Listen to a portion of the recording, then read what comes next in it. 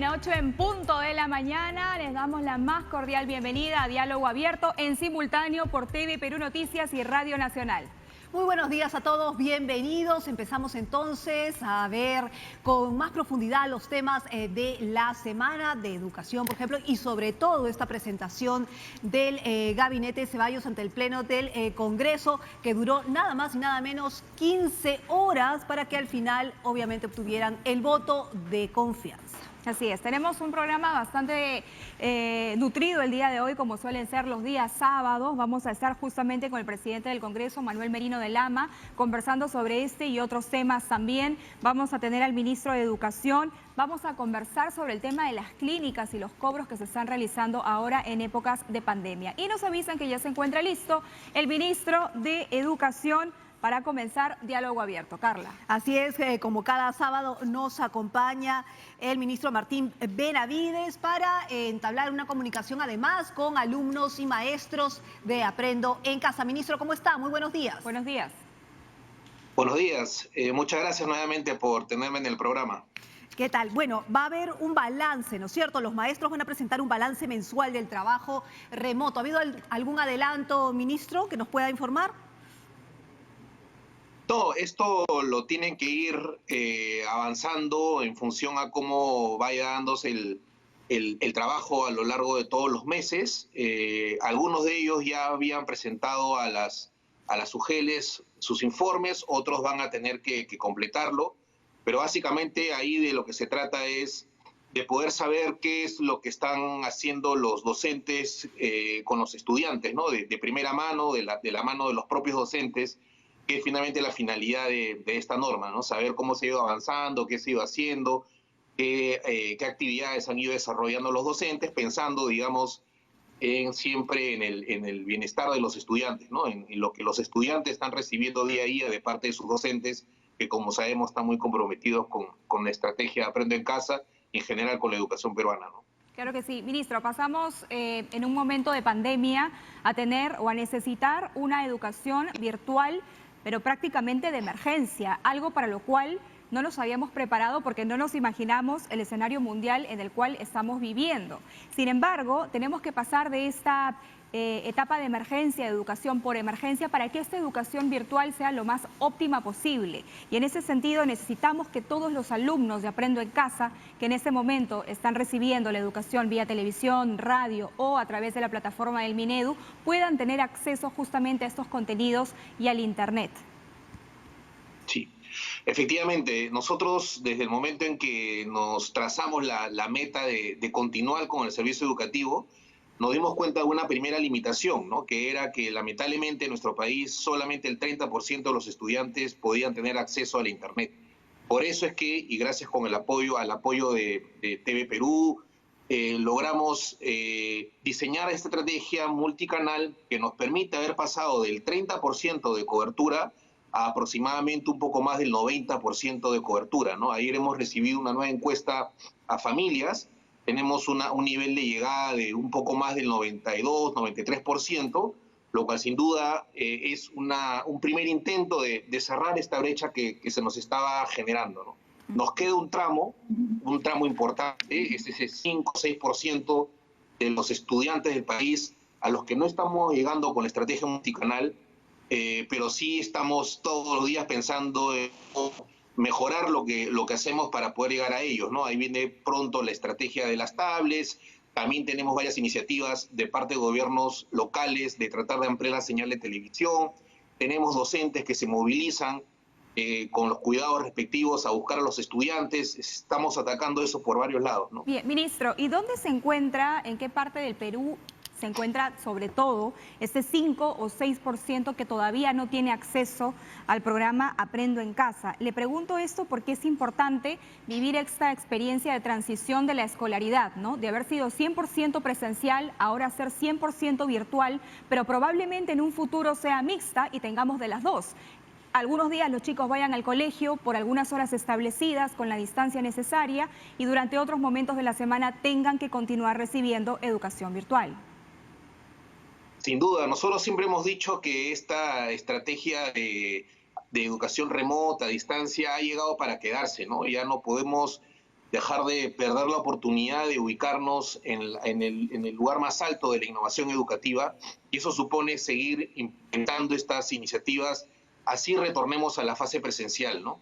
Los estudiantes, a los que lamentablemente todavía no estamos llegando con la estrategia multicanal, pero sí estamos viendo la forma de llegar a ellos, son los estudiantes fundamentalmente de las zonas rurales más alejadas, algunas zonas de la Amazonía, estudiantes que lamentablemente por las condiciones de sus hogares tienen todavía estas dificultades, ¿no? Nosotros nos hemos dado cuenta de esto rápidamente, y por eso es que diseñamos la estrategia de llegar a ellos a través de las tablets con conectividad o con material precargado.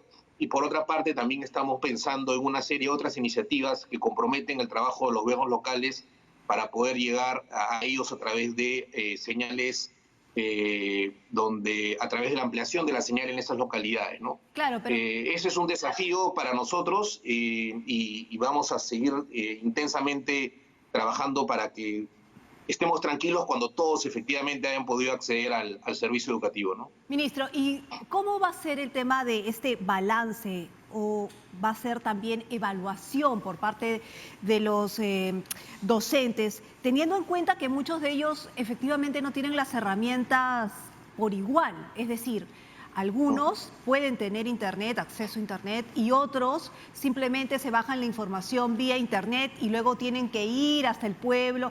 Como esta anécdota o esta experiencia, no anécdota, experiencia de este maestro que en su pueblo se baja, digamos, la información de internet, luego la imprime, la lleva a una tienda, y en la tienda del pueblo se reparte a los padres para que los niños, y luego los niños van a las 5 de la tarde hasta el cerro donde hay señal. Es decir, ese tipo de experiencias, ¿cómo se hace el balance a los docentes? ¿Cómo se mejora la experiencia en ese caso?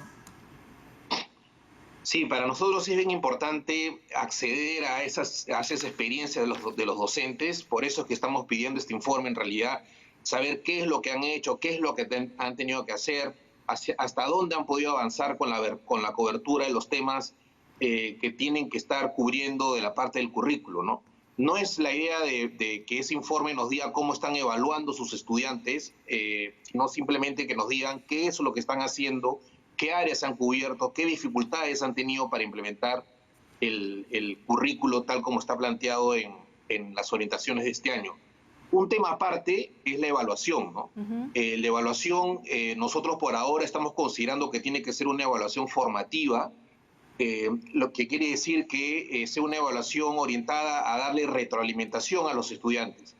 Evidentemente, en esta fase de la implementación todavía no estamos totalmente seguros que los docentes tengan la posibilidad de estar dando retroalimentación de forma permanente a los estudiantes. Eso va a ir mejorando con los días, y por eso es que estamos diciendo a los estudiantes que guarden las tareas que los docentes les han venido dejando en un portafolio, y eso va a ser luego en su momento evaluado por los docentes, mientras que poco a poco le van dando retroalimentaciones a los estudiantes, ¿no? La idea es evaluar para mejorar, evaluar para cubrir áreas que no están desarrolladas.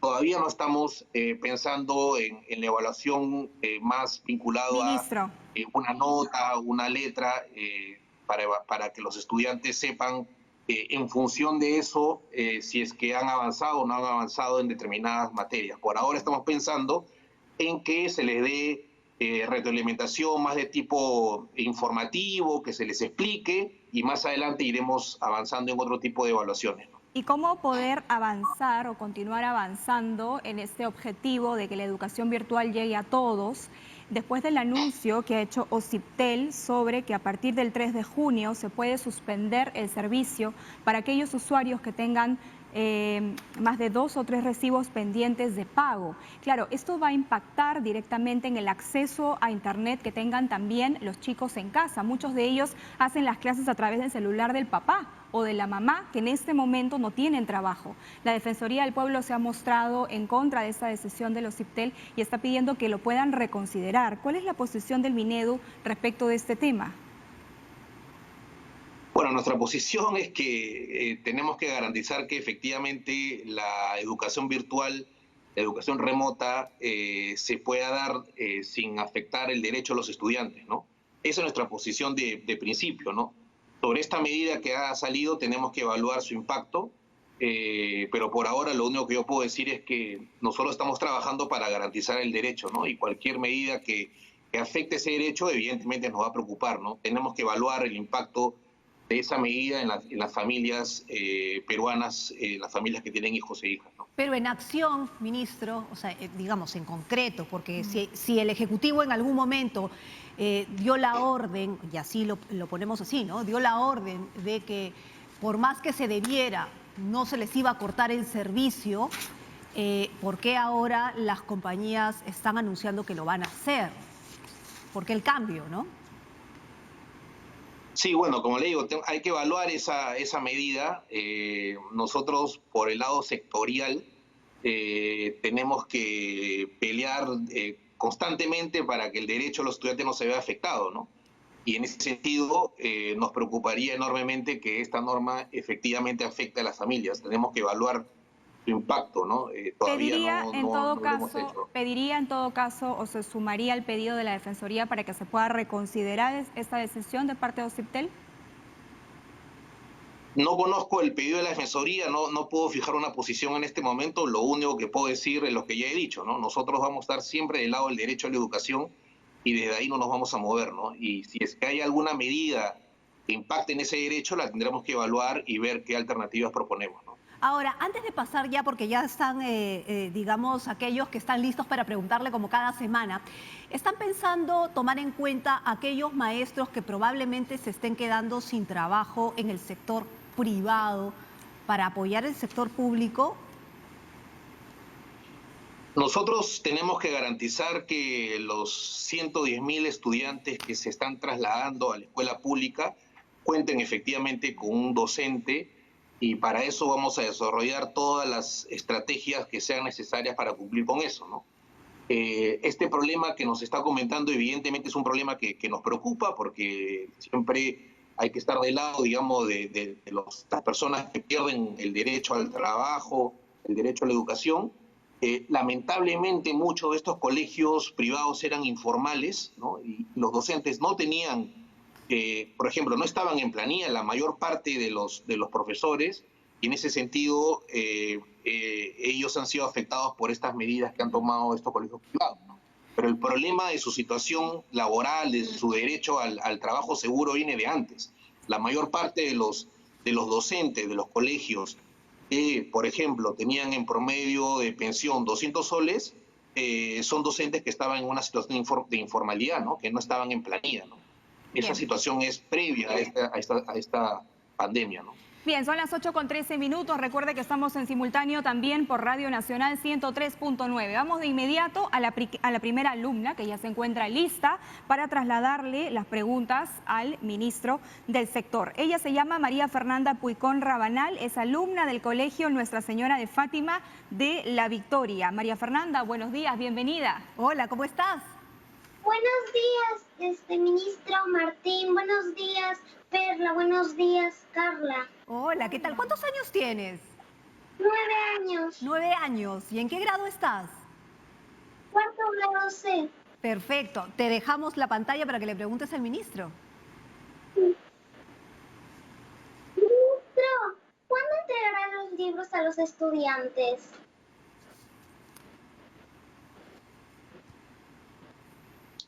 Te respondo, María Fernanda, ¿qué tal? ¿Cómo estás? Buenos días. Gracias por comunicarte, por preguntarnos. Mira, los libros se quedaron pues en los colegios que fueron cerrados por esta situación que estamos pasando, ¿no? de emergencia sanitaria. Nosotros estamos ya diseñando los mecanismos para que pronto esos materiales sean distribuidos a los estudiantes, siempre tomando en cuenta, María Fernanda, la situación de la salud, ¿no? Por ahora estamos preocupados en que cada decisión que tomemos no ponga en riesgo un aumento de contagios, que es lo que estamos ahorita siempre todos con la preocupación, pero poco a poco estamos avanzando en tratar de introducir ya algunas modificaciones y dentro de ellas puede estar el tema de los materiales, ¿no? Por ahora, María Fernanda, yo espero que estés conectada a la estrategia Aprendo en Casa. Imagino que lo estás. Tú estás siguiendo la estrategia Aprendo en Casa a través de la web, televisión, radio. ¿Por dónde estás siguiendo la estrategia, María Fernanda? Por televisión, a mí me gusta mucho Aprendo en Casa, me gusta cómo ilustran esas cosas porque a veces hablan sobre todo eso y nos enseñan y lo ilustran, y a mí me gusta cómo lo hacen y me gustan las manualidades que nos piden hacer, porque a mí siempre me ha gustado el arte, pero siento que es muy poquito y me gustaría si pudieran implementar un poco más de arte, ¿no? De manualidades. María Fernanda, lo vamos a hacer, poco a poco lo vamos a hacer, vamos avanzando, digamos, tratando de incorporar diferentes áreas para que todas estén presentes. El arte sin duda es importantísimo, es una competencia necesaria para la formación integral y lo vamos a hacer. Qué bueno que te guste Aprendo en Casa, qué bueno que apuestes por el arte, necesitamos más artistas en este país, así que te felicito, María Fernanda. Bien, María Fernanda, ¿tienes alguna otra pregunta que te gustaría que te la absuelvan? Sí. ¿Por qué mi profesora no enseña en el programa Aprendo en Casa? ¡Qué maravilla! Bueno, María Fernanda, vamos a ubicar a tu profesora. Claro. Le vamos a decir aquí a la producción que nos dé el dato de tu profesora. Ojalá se anime tu profesora a salir en televisión, María Fernanda. A veces no es tan fácil, ¿no? Uno se pone un poco nervioso. Yo, por ejemplo, todos los sábados antes de comunicarme acá a este programa, estoy despierto, estoy nervioso, ¿no? No es tan sencillo. Pero ojalá que tu profesora sea más tranquila que el propio ministro y podamos tenerla en algún programa. Vamos a ubicarla, María Fernanda, de todas maneras. ¿Cómo se llama tu profesora, María Fernanda? Teresa. A ver. ¿Teresa qué? ¿Teresa qué? Teresa. Teresa. Está bien, María Fernanda. Vamos Está. a ver a la profesora María Teresa. Acá tiene una hinchada importante que quiere verla en Aprende en Casa. Gracias, María Fernández. Ajá. Teresa del Colegio Nuestra Señora de Fátima. Ya De la sabe. Victoria. ¿De qué grado? ¿Cuarto? ¿Quinto? Cuarto grado. Cuarto C. grado. Cuarto C. Bien, María Fernanda, muchas gracias por tu participación esta mañana. Han sido preguntas muy importantes porque es importante todo lo que tengan que decir nuestros niños. Por supuesto. Pero ahora vamos a aprovechar de ver los videos de la semana, cómo han estado nuestros niños durante esta semana en Aprendo en Casa. Vamos a ver. Buenos días, profesor Kim. Bueno, hoy vamos a trabajar. Se orienta en un espacio y tiempo determinado, reconociendo su lado izquierdo y derecho, y a través de la dentro y fuera, cerca o lejos, con relación a sí mismo, de acuerdo a sus intereses y necesidades. Bueno, antes de empezar, en los ejercicios tengo que hacer una serie de calentamientos, como uno de estos.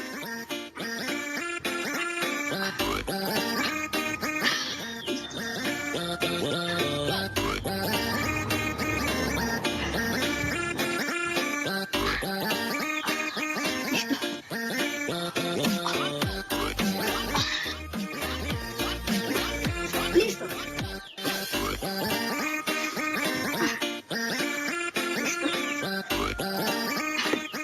Ahora sí, una vez hecho todos estos calentamientos, ya podemos empezar a hacer los ejercicios. Vamos a recordar la clase anterior. Acá tengo la cuerda de la vez pasada que hice los ejercicios. Voy a saltar con la cuerda que hice la vez pasada. Dígalo el pulso.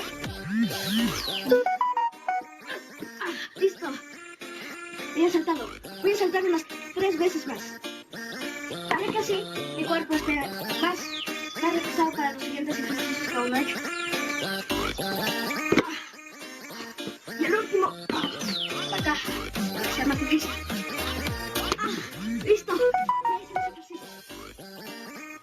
Ahora voy a saltar de derecha a izquierda usando mis lateralidades. Ahora sí. Ahora voy a saltar hasta el otro lado. Ya. Voy a dar una vuelta Bueno, ¿Qué sí más? que los chicos desde casa hacen también educación física, ¿no es cierto? Entrenan y todo esto que los profesores también y el programa en general de Aprendo en Casa les brinda, porque la idea es que no pierdan también esa manera de ejercitarse que ahora pues no existe digamos, no existe en el espacio del colegio como tal por el tema de la pandemia y hay que trasladarlo a casa, ¿no? Ministro, antes de tomar el contacto con el siguiente niño que me dicen que todavía lo están contactando. Yo quería preguntarle, usted estuvo al frente de la SUNEDU antes de ser ministro, con iniciativas bastante importantes respecto de los filtros o los elementos que se tomaban en cuenta para denegar la licencia a ciertas universidades que no cumplían con los mínimos de calidad educativa. En ese sentido, y a propósito de lo que estamos viviendo, la SUNEDU ha decidido digamos, ampliar este plazo para el límite de las operaciones de las universidades y se ha decidido otorgar otros 3 años. ¿Cuál es su opinión respecto de esta medida? Mire, en realidad acá hay que diferenciar dos temas, ¿no? El primero es que SUNEDU sigue teniendo los mismos estándares y las mismas exigencias. Incluso ahora hay un nuevo modelo de autorización de funcionamiento de universidades que, considerando que el sistema ha mejorado en los últimos 4 años, es un modelo más exigente que el anterior. Es el modelo que acaba de ser promulgado hace una semana, 2 semanas. En ese sentido, SUNEDU sigue siendo igualmente exigente o quizás va a ser un poco más exigente en darle la autorización de funcionamiento a nuevas universidades. Pero por otra parte está el problema de los estudiantes de las universidades que lamentablemente por varios años lo único que hicieron fue funcionar con un proyecto que no lograba darle a esos estudiantes la educación que ellos se merecían, ¿no? Esas universidades, que han sido 45 hasta el día de hoy, fueron universidades que SUNEDU no les dio la autorización de funcionamiento para recibir a nuevos estudiantes. Pero los estudiantes que estaban en estas universidades, nosotros como SUNEDU siempre estuvimos pendientes de su situación. Eso es algo que ha sido rescatado por el actual superintendente y su consejo directivo, y siempre pensando en ellos es que se está dando un plazo adicional para que puedan culminar sus estudios dada la situación de emergencia, donde es difícil, digamos, que las universidades puedan seguir operando o que las universidades existentes puedan absorber a esos estudiantes por la situación, digamos, compleja que está viviendo el país, ¿no?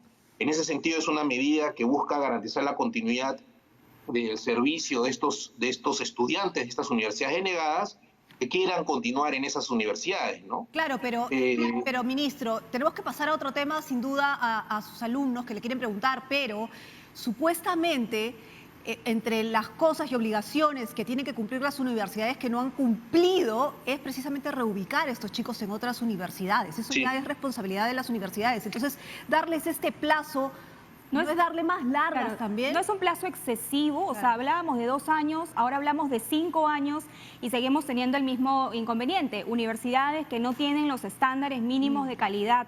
Entonces, los egresados de esas universidades... Sí, bueno, en primer lugar, estas universidades no pueden recibir nuevos estudiantes, ¿no? Eso es algo bien importante, ¿no? Okay. El hecho de que no hay más estudiantes que vayan a ser engañados de alguna forma a través de estos proyectos que no tenían ninguna finalidad educativa de calidad. Los estudiantes que están ahora en esas universidades, algunos de ellos quieren terminar, quieren continuar, y frente a ese derecho y dada la situación de emergencia es que se ha tomado esta decisión. Ahora, los traslados están funcionando, en varias localidades se están dando traslados, se ha dado también ya los resultados del primer grupo de la beca traslado. Ya son un poco más de 1000 estudiantes que se han beneficiado de esta beca traslado del Ministerio de Educación. Hay historias muy bonitas de estudiantes que estuvieron en una de estas universidades y ahora pueden acceder a una universidad de calidad. Entonces, el panorama es complejo, hay varias situaciones, hay algunos estudiantes que se quieren trasladar, a esos estudiantes se les ha dado las facilidades, incluso becas, hay otros que prefieren continuar. Y dada la situación de emergencia que está viviendo el país, es que SUNEDU le está dando esta posibilidad. Claro, eso se entiende, ¿no? Pero ¿cómo el otro lado es, van a seguir recibiendo una educación deficiente entonces por 3 años más?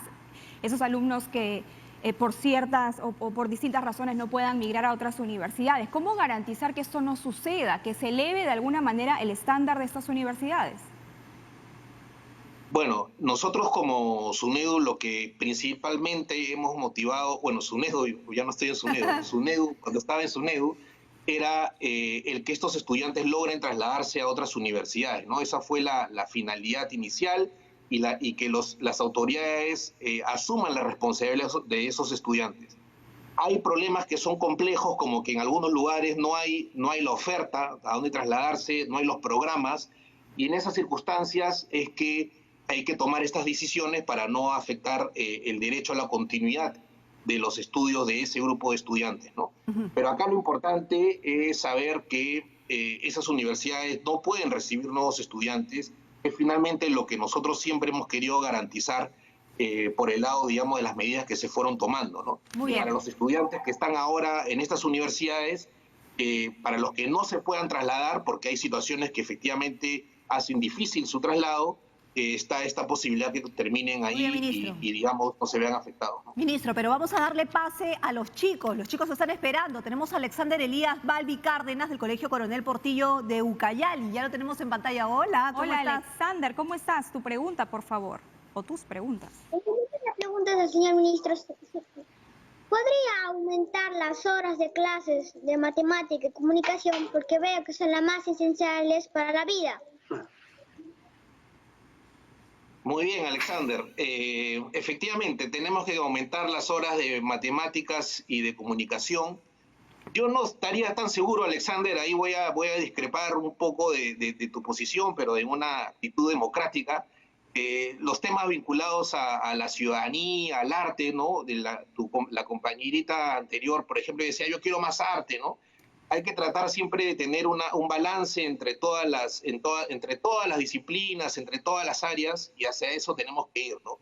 Pero efectivamente, Alexander, necesitamos un poquito más de matemáticas, un poquito más de comunicación, y lo vamos a hacer para que estés tranquilo, que vas a tener todas las herramientas que necesitas para tu vida, ¿no? Que finalmente es lo que importa, ¿no? Para la vida, que estés bien formado y que estés seguro de lo que sabes, de lo que conoces.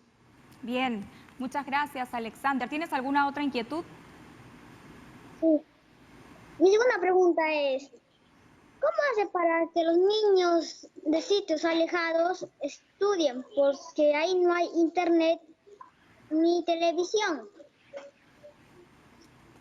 Sí, Alexander, ahí también nos queda la radio, ¿no? Las radios regionales. Nosotros hemos logrado comprometer a más de 1000 radios, y a través de estas radios estamos también tratando de llegar a estos lugares más alejados, incluso en su lengua, ¿no? En las lenguas originarias, ¿no? Pero evidentemente todavía hay un grupo de estudiantes, de algunos chicos de tu edad, que todavía no estamos pudiendo llegar con ninguno de los 3 medios de comunicación, y hacia ellos estamos tratando de desarrollar estrategias más directas de contacto, de profesores que se movilizan, o buscando que los alcaldes nos ayuden, digamos, ampliando las señales de televisión o de radio, ¿no? Es una preocupación importante la que tienes, Alexander. Nosotros también la tenemos y estamos trabajando en eso día a día, ¿no? Bien, Alexander, muchas gracias por participar esta mañana en Diálogo Abierto. Son las 8:29, estamos en simultáneo por Nacional 103.9. Lo que nos están diciendo a través del Facebook, ministro, es que en estas zonas alejadas necesitan antenas, que no las tienen. Sí, efectivamente, esas son las medidas que tenemos que ir haciendo en coordinación con los gobiernos locales, los gobiernos regionales. Hay varias iniciativas muy buenas de alcaldes, ¿no? Que se han llevado las antenas a sus localidades. Tenemos que seguir movilizando a toda la ciudadanía para poder llevar esta señal, ¿no? Mientras que no llega todavía las tablets que van a llegar un poco más adelante. Bien, hay otra duda. Por ejemplo, aquí Bruno Barreto por Twitter dice, por favor, ministro, ¿qué pasa con aquellos colegios que no quieren reservar la matrícula para el próximo año y nos exigen que retiremos a nuestros hijos, y si queremos inscribirlos nuevamente, comenzar con todo el proceso? Esto sucede en el Instituto Educativo La Esperanza del Ejército. Es un colegio privado, imagino. Sí. Hay que mirar ese caso. Si hay alguna situación de un incumplimiento de algún derecho de las familias, eso tienen que reportarlo a las UGELES.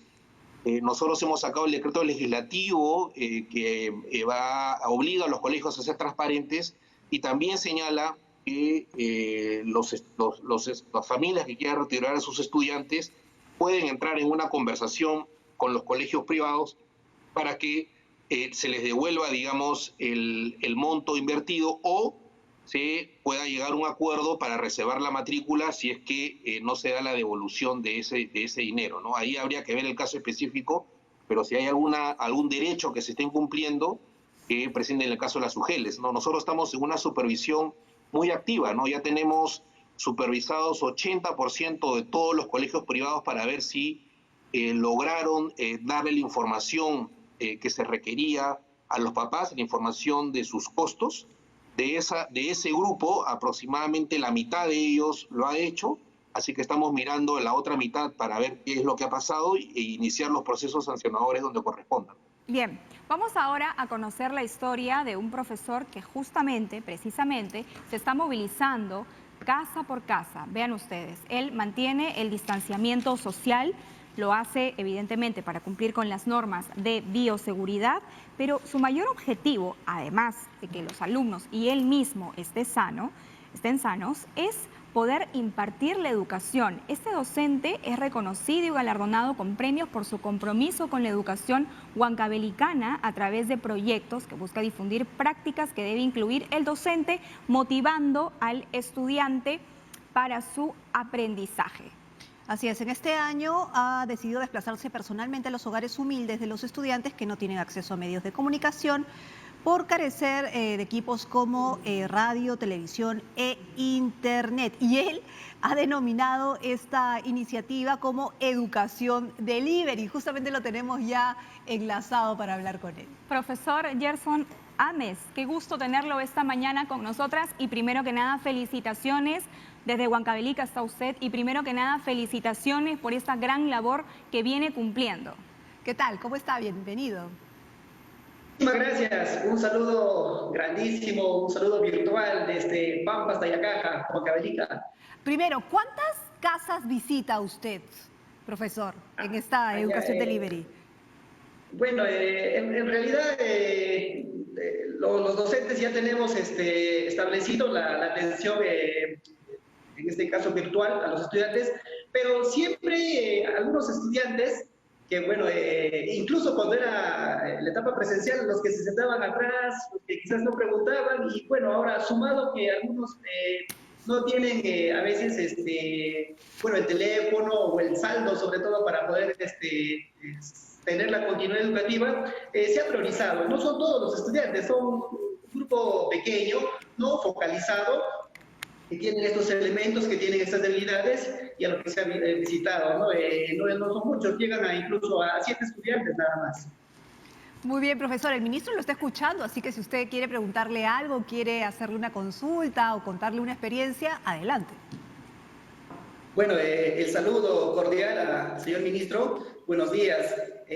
Bueno, lo que quizás me ha llamado un poquito la atención en esas visitas es que tal vez si se va a proponer algún tipo de estrategias para cortar las brechas existentes de la escuela tradicional que se mantienen y que se manifiestan en el entorno más cercano del estudiante.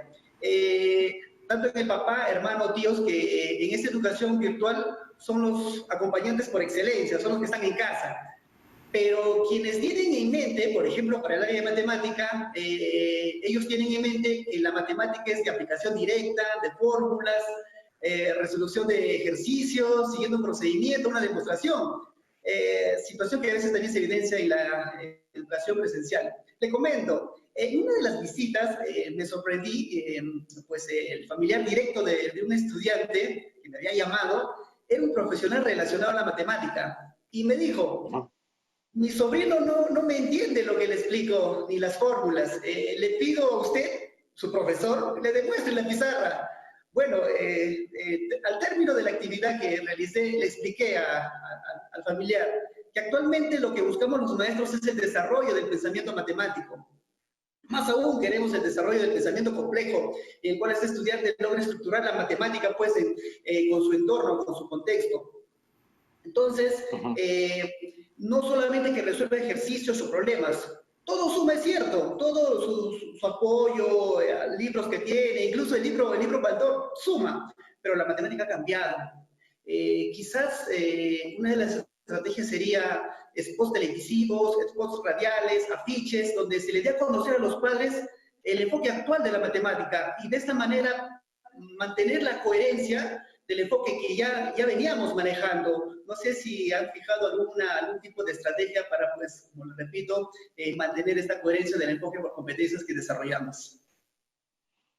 Bueno, profesor Gerson, en primer lugar, es un gusto para mí poder conversar con usted y la verdad decirle directamente lo importante que es su trabajo, lo importante que es su esfuerzo, su actividad permanente de tratar de llegar a los estudiantes, ¿no? Y lo que nos está diciendo usted es que en realidad está resolviendo dos problemas, ¿no? Primero es el problema del acceso, ¿no? Y usted, por lo que nos está comentando, por lo que yo he podido también informarme, tiene estrategia de salir a buscar a los niños, lo cual sin duda es de una importancia enorme, ¿no? Desde el punto de vista del deber de la ciudadanía, el que usted esté tratando de llegar a ellos con todas las medidas sanitarias que corresponden, pero por otra parte también está resolviendo otro problema, ¿no? Y es un problema quizás igualmente complejo, ¿no? Y es cómo tenemos que superar maneras tradicionales de entender la educación, ¿no? Que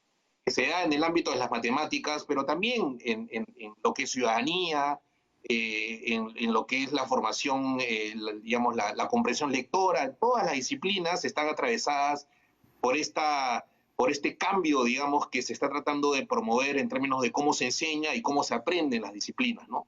En ese sentido, yo creo que usted tiene razón. Nosotros como Ministerio de Educación tenemos que hacer un esfuerzo adicional de tratar de hacerle llegar el mensaje de, digamos, de cómo se está enseñando en la actualidad a los papás y mamás, porque son ellos los que finalmente van a tener responsabilidades en este proceso que antes no tenían, ¿no? Y en ese sentido, para guardar coherencia, tendríamos que llegar a ellos también a través de maneras de comunicarles cómo se está ahora enseñando y cómo estas maneras nuevas de enseñar son también importantes que ellas las conozcan, ¿no? Vamos a intensificar esas campañas. Tenemos mucha comunicación con familias, profesor Gerson, a través de mensaje de texto, donde las familias puedan comunicarse. Hemos lanzado casi 25 millones de mensajes de texto, pero creo que esto que usted nos está diciendo es algo nuevo y que le vamos a dar toda la importancia necesaria, ¿no? Bien. Yo también quería preguntarle, profesor, si me permite, ¿cómo hace usted, digamos, para poder hacerle entender a las familias que es importante que los estudiantes salgan de sus hogares para recibir las clases, ¿no?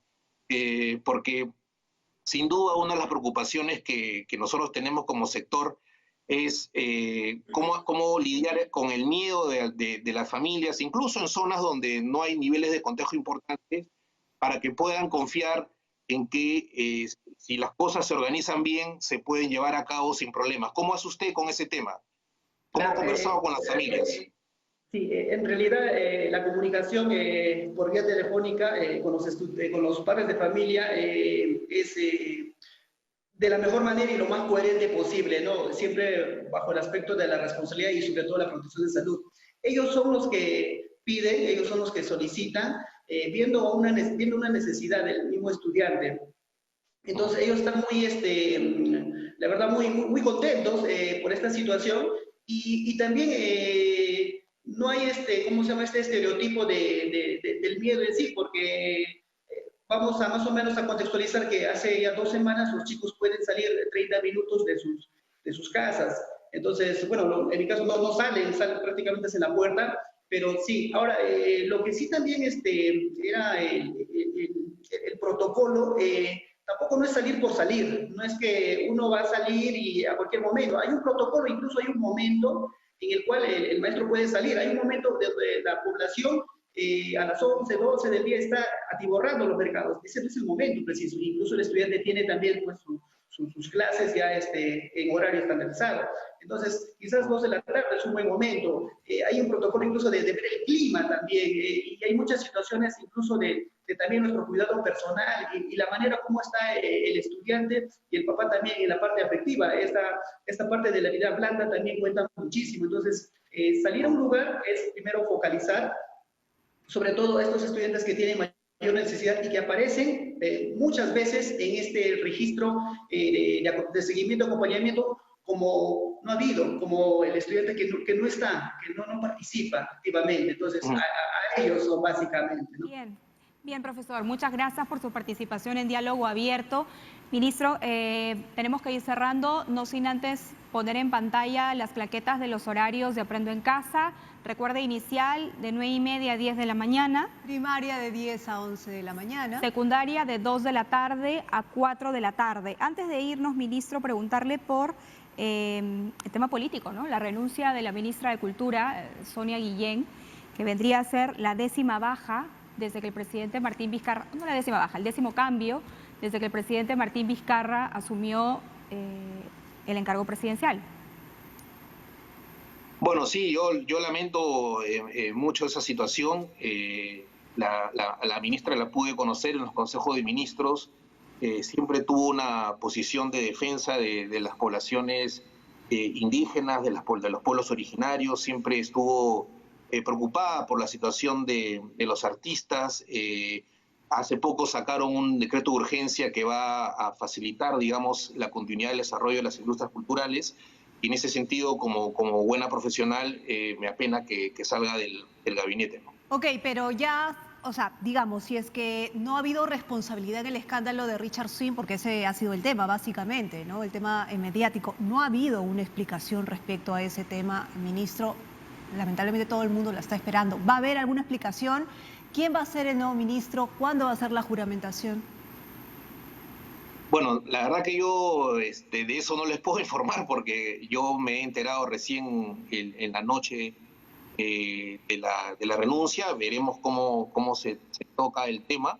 Acá hay una agenda muy grande del sector cultura que tenemos que seguir empujando por el lado tanto de la situación de las comunidades nativas. Esta semana, por ejemplo, ha sido una semana importante de las lenguas originarias. Ya tenemos las 48 lenguas originarias del país con un alfabeto oficial, ¿no? Es una noticia importante y eso es un trabajo que se ha hecho en coordinación con el Ministerio de Cultura. Hay una agenda muy grande y también toda la agenda de las industrias culturales que, como nos ha dicho la estudiante María Alejandra, son importantísimas desde el punto de vista del desarrollo del país. Entonces hay que seguir empujando esa agenda y estaremos a la expectativa de la persona que ocupe ese ministerio tan importante, ¿no? Muchas gracias por haber estado con nosotras en Diálogo Abierto y bueno, le retomo el tema con el cual empezamos.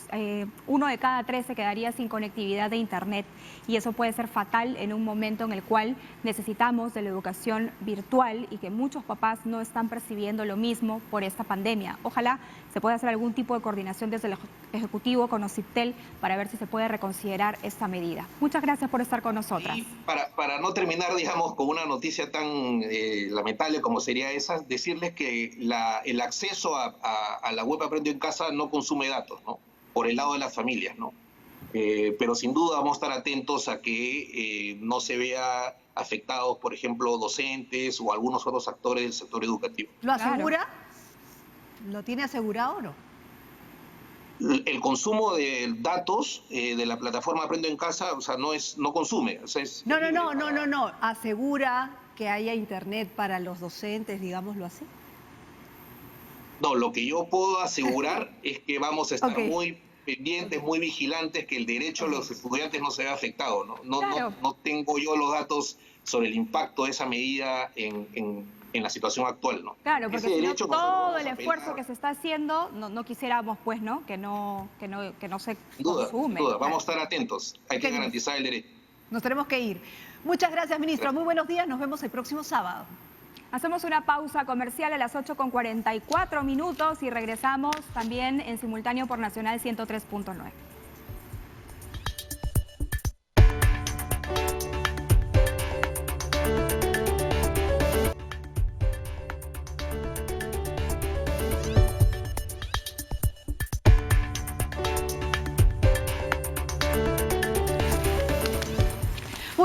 con más información y esta vez vamos a hablar sobre las pruebas. Ahora los laboratorios y las empresas incluso están comprando pruebas rápidas para de alguna manera garantizar la seguridad sanitaria de tanto los empleados y si están empezando con actividades o reactivación económica, más aún. Así es. Vamos a tomar contacto ahora con nuestro siguiente invitado. Es el doctor Luis Figueroa Montes, presidente del Comité Nacional de Patología Clínica de la Seguridad Social. Buenos días, señor Figueroa. Bienvenido a Diálogo Abierto. Muy buenos días. Buenos días, Carla y Perla, y gracias por la invitación. A ver, lo primero que quería preguntarle es, evidentemente por un tema de precio, la prueba rápida es más barata que la otra, que es la molecular, ¿verdad? Pero la OMS recomienda que no se realicen pruebas rápidas para todos aquellos trabajadores que necesiten volver a sus puestos a la brevedad. ¿Cuál es la posición de usted? A ver, voy a hablar como patólogo clínico. Sí. Yo también soy miembro de la Sociedad Peruana de Patología Clínica y justo estamos en ese proceso de repente de emitir pronto un pronunciamiento en relación a este complejo tema. Lo que pasa es lo siguiente, efectivamente, la OMS todavía no recomienda las pruebas serológicas, en este caso las pruebas rápidas, y solo recomienda para los pacientes hacer las pruebas moleculares. Pero como entendemos, las pruebas moleculares son más costosas, necesitan un laboratorio con mayor infraestructura, son más precisas, eso es la parte buena, digamos, de la prueba molecular, pero también tienen un tiempo de entrega de resultados más lento y el proceso también es más lento. Contra eso, las pruebas serológicas definitivamente son más baratas, son menos precisas, son más rápidas de hacer, pero el fin principal de las pruebas serológicas es para estudios de salud pública, es decir, de campo, epidemiológicos. Sin embargo, sí son útiles para algunos temas específicos, como por ejemplo, pacientes que tienen síntomas, pero que todavía las pruebas moleculares salen negativas. Entonces ahí tienen un gran apoyo, porque inclusive hay estudios que demuestran que estas pruebas serológicas salen positivo antes que inclusive las pruebas moleculares. Ahora, perdóneme, sí. Y ahí solamente el otro es que también sirven mucho para el personal sanitario, es decir, un personal sanitario que tiene una prueba serológica positiva ayuda a que este profesional ya pueda atender a pacientes y así evitamos exponer a profesional sanitario negativo para que no adquiera el virus. ¿En qué medida, doctor, y ahí sí yo quiero precisar, en qué medida estas pruebas, tanto en la rápida como la molecular, pueden dar un resultado fiable? Porque usted ha mencionado que inclusive la molecular tiene un porcentaje más menos y que efectivamente hay ventajas pro y contras que tienen las pruebas rápidas y las moleculares, ¿no? Ya. O sea, explique bien esa parte, por favor. Ya. Esta parte es importantísima porque ambas pruebas, tanto la molecular, que sería la ideal para hacer a pacientes con sospecha de COVID, o las moleculares o las pruebas rápidas, si queremos hacerlas para descartar un infectado de un no infectado, dependen sustancialmente del tiempo en el cual se tome la muestra. Es decir, la prueba molecular será positiva en un tiempo determinado. Algunos estudios hablan de hasta 7 o 15 días o 21 días, dependiendo del tipo de prueba molecular. Pero en líneas generales hablamos de que en las primeras 2 semanas el paciente que está infectado va a salir positivo a una prueba molecular si se toma bien en las condiciones ideales, es decir, la parte de toma de muestra, etcétera. Pero las pruebas serológicas generalmente van a ser positivas después de 15 días. Hablan estudios de 7 a 10 días. Ojo que son pruebas hechas de método cuantitativo. Lo que pasa es lo siguiente, las pruebas serológicas que buscan anticuerpos se dividen en 2.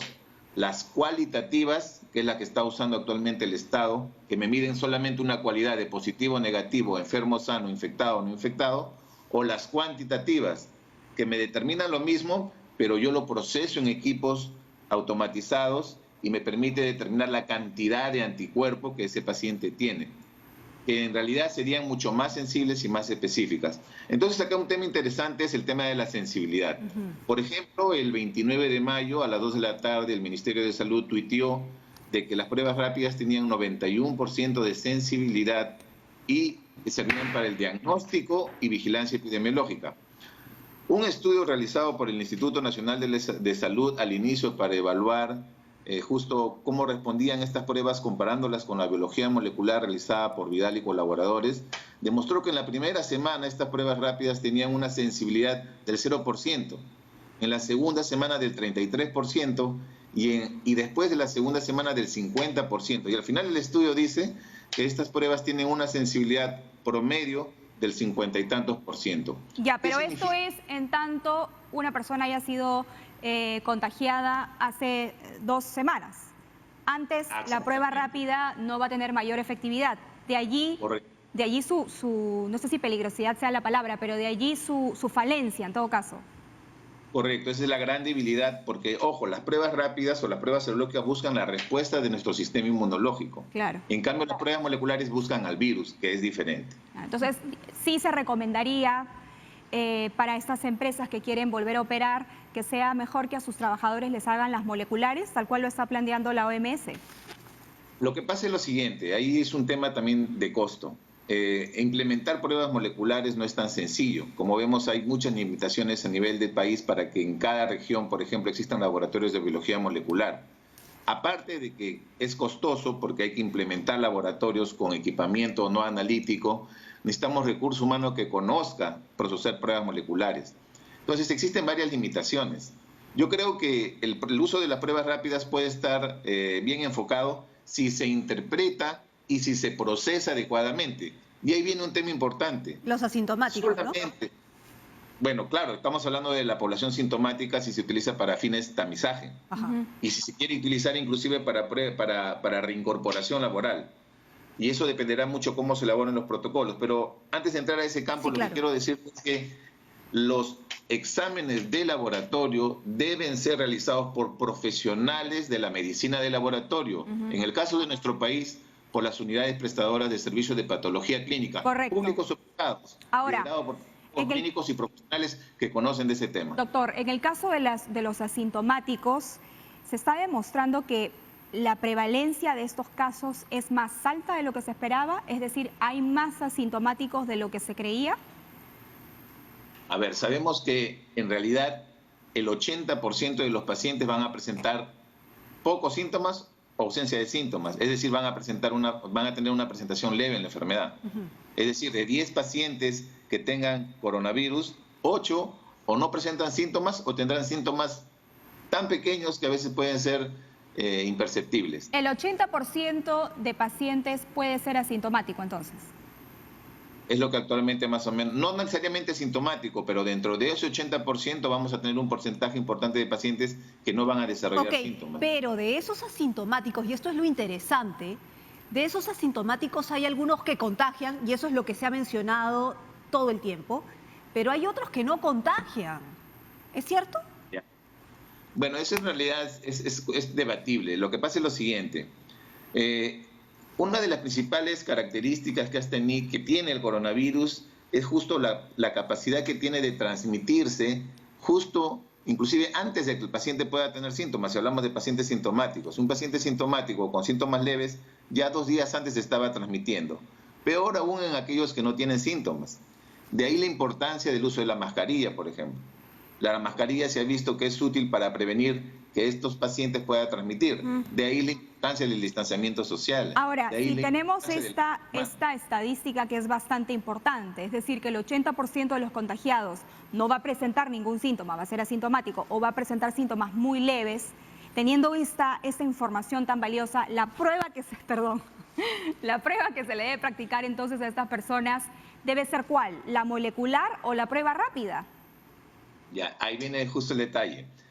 Yo, como te digo, si lo van a usar para fines si queremos usar una prueba diagnóstica, sería la molecular. Si vamos a usar pruebas de campo, de tamizaje, para ver cómo se está comportando la enfermedad en la población, especialmente en asintomáticos, está bien indicada la prueba rápida. Pero ¿cuál es el detalle? Su interpretación. Estas pruebas tienen dos características. Detectan anticuerpos, que le llaman anticuerpos inmunoglobulina M, que yo les digo del momento, y anticuerpos inmunoglobulina G, que yo les llamo antiguos. ¿Qué significa? Que un paciente puede presentar anticuerpos M o anticuerpos G o ambos anticuerpos, y eso se determina cuando se hace una prueba rápida, porque los kits que actualmente se están usando tienen estas características. Pero en general, para entender, la inmunoglobulina M puede estar presente inclusive hasta 5 semanas después de la infección, pero la G es la que se va a mantener probablemente por mucho tiempo más, Doctor, es decir, entonces, perdóneme, ¿la prueba rápida sirve para detectar asintomáticos también? por supuesto. Okay. O sea, yo lo pongo en población asintomática, y si me sale reactivo, me sale positivo, tengo que interpretarlo adecuadamente según el tipo de anticuerpo que encuentro. ¿Qué significa? Que si la prueba rápida me da, por ejemplo, un anticuerpo inmunoglobulina G, es muy probable que ese paciente haya tenido quizás la infección hace 30 días, porque ya ni siquiera tiene M. ¿Eso qué significa? Que esa persona ya no contagia. Claro. Eso es lo que quiero que se entienda, que ese paciente ya no contagia, porque ya pasó los 15 días, más aún si son pacientes asintomáticos, en el cual pueda contagiar. Entonces son estos trabajadores que pueden reincorporarse sin ningún problema. Claro. Muy bien, doctor, quedó ya más claro. Muchísimas gracias por haber estado con nosotros y seguramente vamos a seguir conversando más porque, claro, tenemos más datos, más estudios y hay más interpretaciones que hacer. Solo me pueden dar unos segundos. Dele. Claro. Ya, hay un tema que el Estado ha establecido la liberación de algunas resoluciones ministeriales, en especial la resolución 281, donde hace una modificatoria a una resolución 231, donde permiten que estas pruebas rápidas puedan adherirse de forma excepcional directamente a las droguerías o fabricantes por las empresas públicas o privadas o por las instituciones públicas y privadas. Y de acuerdo a eso, según si tienen implementado su servicio de seguridad y salud en el trabajo, pueden comenzar a interpretar o hacer estas pruebas a sus trabajadores. Y yo pediría un llamado de que eso sea definitivamente corregido, porque estas pruebas deben ser realizadas por los laboratorios y por profesionales capacitados en estas pruebas. En este caso, por las unidades prestadoras de servicios de patología. Correcto, doctor. De allí que están apareciendo resultados de pruebas tiradas en la calle en distintos distritos porque no se está siguiendo el protocolo de seguridad que debería seguirse. Además que en otros países que nos llevan la delantera, no solamente en tiempo que se ha presentado antes el virus, es el Ministerio de Salud el encargado de monitorear absolutamente todo esto y se brinda información al MINSA. Entonces hay mucho todavía que afinar y estamos en ese camino, esperamos que sea pronto. Gracias, doctor. Luis Figueroa, por estar con nosotras. Son las 9 en punto de la mañana, en simultáneo por Nacional 103.9. Vamos a matar a la mosca que se me paró en la cara hace un ratito. Así es. Vamos a hacer una pausa para matarla y volvemos.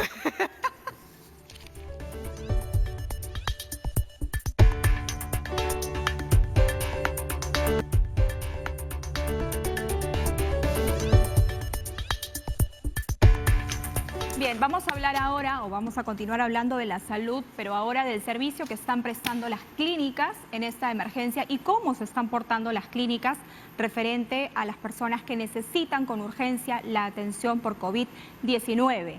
Hay muchas denuncias de que las clínicas te exigen una garantía millonaria de 50.000, 70.000, 100.000 soles para recibir a tu paciente, si no, no lo hacen.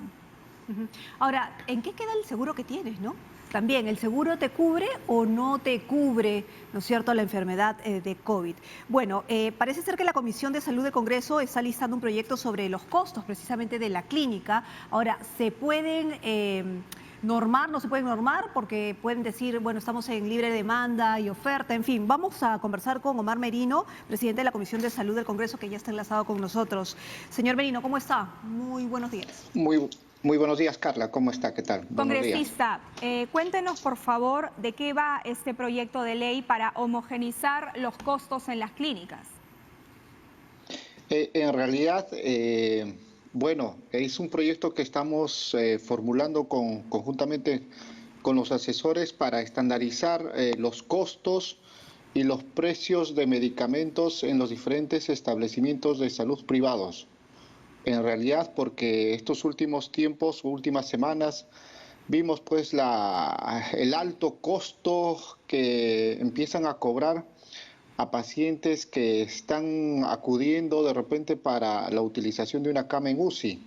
Y se ha visto pues por encima de 50.000 soles, 200.000 soles estos costos, y hay muchas denuncias que llegaron pues a la Comisión de Salud. Congresista, pero el ministro ha mencionado que nuestra Constitución dice que efectivamente, que era lo que mencionaba, la oferta y la demanda, ¿no? Nuestra Constitución, por la Constitución no podemos controlar los precios. ¿En qué consistiría este proyecto precisamente para no chocar con la Constitución? Mira, para comunicarle un poco que nosotros hemos promulgado un proyecto de ley en el Pleno del sector salud, la ley que dicta medidas destinadas a garantizar el servicio público de salud en los casos que exista un riesgo elevado o daño de la salud y la vida. Esto significa que todos los centros y establecimientos de salud privados se pondrán a disposición sus equipos biomédicos e infraestructura al Ministerio de Salud. Como estamos viviendo ahora una crisis sanitaria, una pandemia, donde la misma Ley General del Sector Salud establece que ante cualquier interés económico prima la vida. Entonces, desde ese punto de vista, hubo bastantes proyectos de ley de los diferentes partidos políticos donde lo hemos agrupado y hemos dictaminado en la Comisión de Salud, y esta ha sido aprobado también en el último pleno temático de salud. Claro, lo que nos está demostrando la realidad es que la vida no está por encima, ¿no? Hay gente que no recibe atención a tiempo, que se muere literalmente en una silla de ruedas o en su propia casa, y en la clínica están pensando en cuánto te cobro primero para recibir a tu paciente. Algo que no es una práctica novedosa a propósito del COVID, y que en las clínicas siempre se ha exigido una garantía para la atención. Pero yo quisiera que sea más específico, congresista, de qué manera se va a homogenizar estos precios. Hay una tabla de precios, no sé, que ustedes, de las cuales se van a guiar, es la tabla del MINSA, porque también sabemos que los precios que cobran en las clínicas son muchísimo más elevados a los que se cobran en un hospital. Este proyecto lo estamos haciendo para estandarizar los costos mediante una tabla, como es la tabla también pues del cobro para pacientes SOAT. Más o menos nos vamos a guiar a esa tabla de los seguros de tránsito. Entonces, y homogeneizar en todos los establecimientos privados de acuerdo al nivel de categorización que le proporciona el Ministerio de Salud. ¿Cuánto está cobrando en este momento una clínica por un día de UCI para un paciente COVID? Mira, hay diferentes costos dependiendo de la clínica. Sí, más o menos. Que uno pueda primero, antes de ingresar, un paciente COVID tiene que desembolsar un monto de dinero entre 30.000 a 50.000 soles, una carta de garantía. Entonces, el costo puede sobrepasar los 150.000, 200.000 soles de acuerdo a los días que el paciente puede estar en esta cama. Con lo que nos está diciendo entonces, ¿se anularía esta petición de cobro previo para que ingrese un paciente COVID a la clínica? Por supuesto que sí, por supuesto que sí. Las clínicas ya no podrían exigir esta garantía. Y por supuesto que sí. Ahora, eso es nosotros lo que queremos. Sí, ahora, congresista, pero en abril, ¿no es cierto? Y esto, digamos, para contextualizar, en abril, mediante un decreto de urgencia, el Ministerio de Salud estableció que todo paciente, ojo, que todo paciente con coronavirus podrá acceder a una atención en cualquier establecimiento de salud, sea público o privado, por el intercambio prestacional aprobado. O sea, digamos, sí, perdóneme, hay una normativa, pero no se cumple. Entonces, claro, ¿de qué sirve? Y sabemos de la buena voluntad de los congresistas en ese sentido, pero ¿de qué sirve tener normativa tras normativa si ya existen y no se cumplen?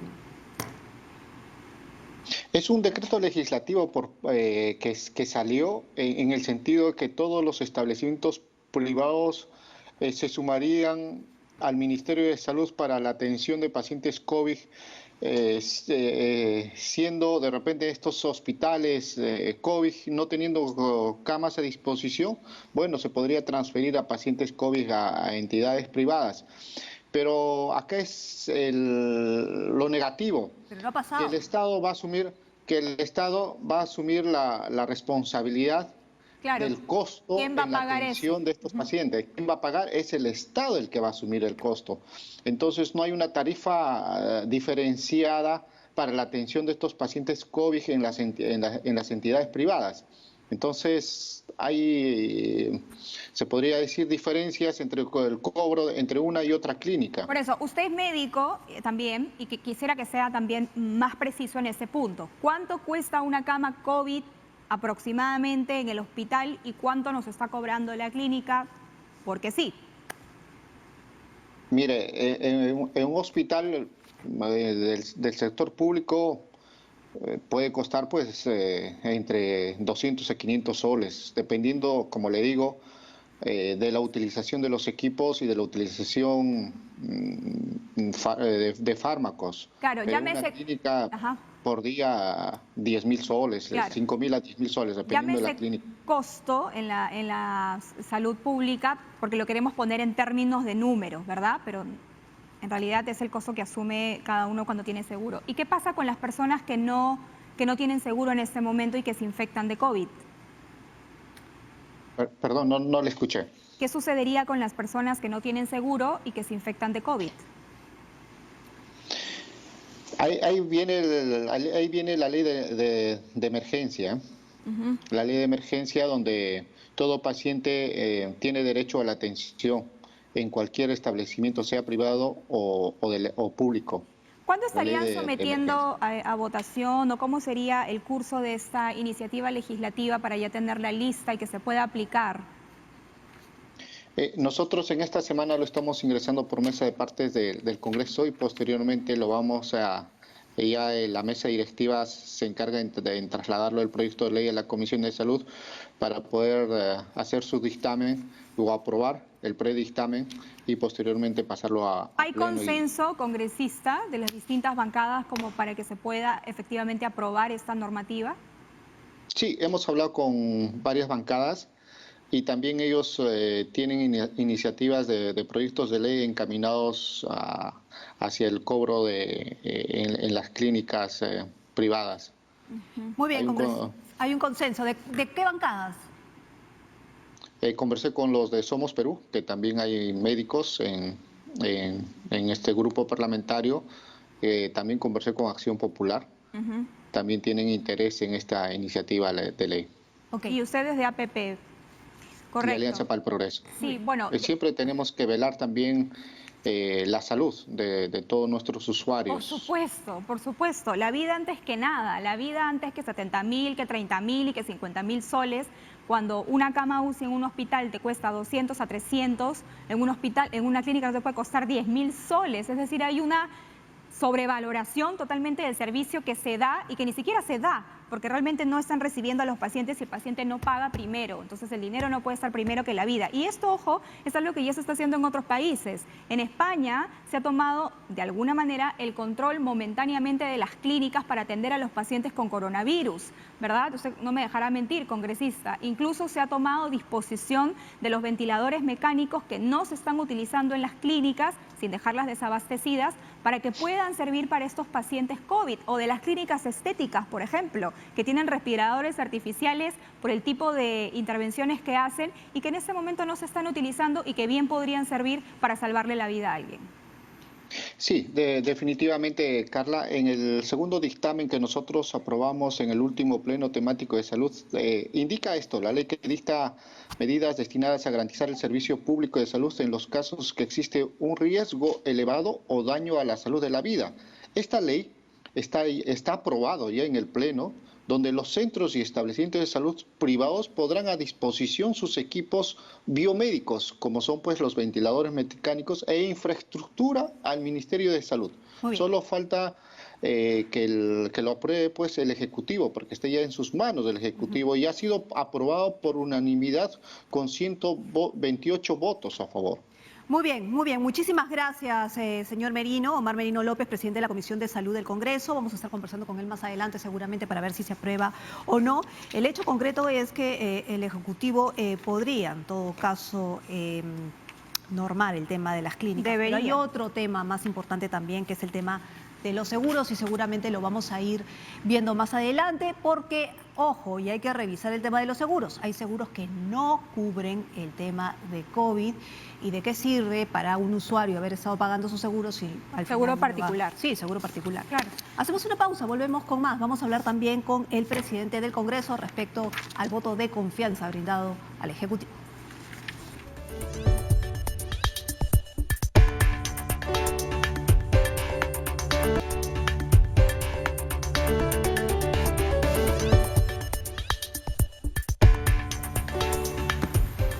Con 18 minutos, diálogo abierto, también en simultáneo por Radio Nacional 103.9. Muy bien, vamos a seguir con más y lo que les habíamos mencionado. Ya estamos enlazados con Manuel Merino de Lama, presidente del Congreso de la República. Vamos a hablar precisamente luego de este voto de confianza otorgado al gabinete. 89 votos a favor, 35 en contra y 4 abstenciones. ¿Qué tal, congresista? Muy buenos días, bienvenido. Buenos días. ¿Cómo estás, Carla? Buenos días. Y Perla. En primer lugar, agradecer la oportunidad de... Perla, ¿qué tal, Perla? ¿Cómo estás? Buenos días. Bien, congresista, bien. A ver, de toda la presentación bastante larga, ¿no? Bueno, y el debate en realidad bastante largo que hubo en el Parlamento, ¿cuál es, digamos, el punto o los puntos con los cuales usted se queda de la exposición del premier Vicente Ceballos, que podría destacar?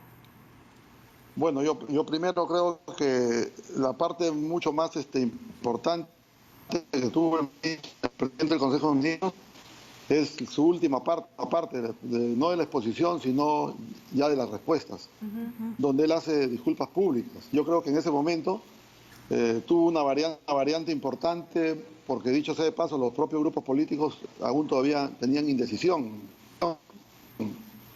de dar al gabinete el respaldo, ¿no?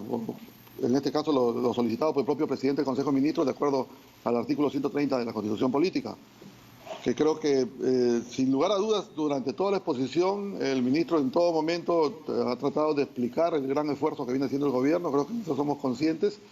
Relativamente las críticas que ha recibido es en razón de que los hechos concretos en el país hacen ver que realmente hay problemas graves, y problemas graves que podemos ponerlos en el contexto de, por ejemplo, hay un problema nacional casi en varias regiones del país, que hay problemas con las plantas de oxígeno. No hay plantas de oxígeno, hay un problema que se viene necesitando urgentemente y que regiones como Loreto, por ejemplo, han tenido que verse en la necesidad de lograr el apoyo del empresariado privado y que se haya instalado una planta de oxígeno en Loreto que pueda, en este caso, poder cumplir con la demanda. Congresista, pero digamos, para ir avanzando, usted mencionó que el gobierno del señor Vizcarra está fracasando. Sin embargo, le ha dado el voto de confianza. ¿Qué es lo que proponen, en todo caso, en ayuda al Ejecutivo si piensan que el Ejecutivo está fracasando? A ver, yo creo que todavía hay estrategias que no se han cambiado y tienen que cambiarse. El día de ayer, por ejemplo, hemos recibido llamadas, hay un hacinamiento de población que está yendo a cobrar su bono.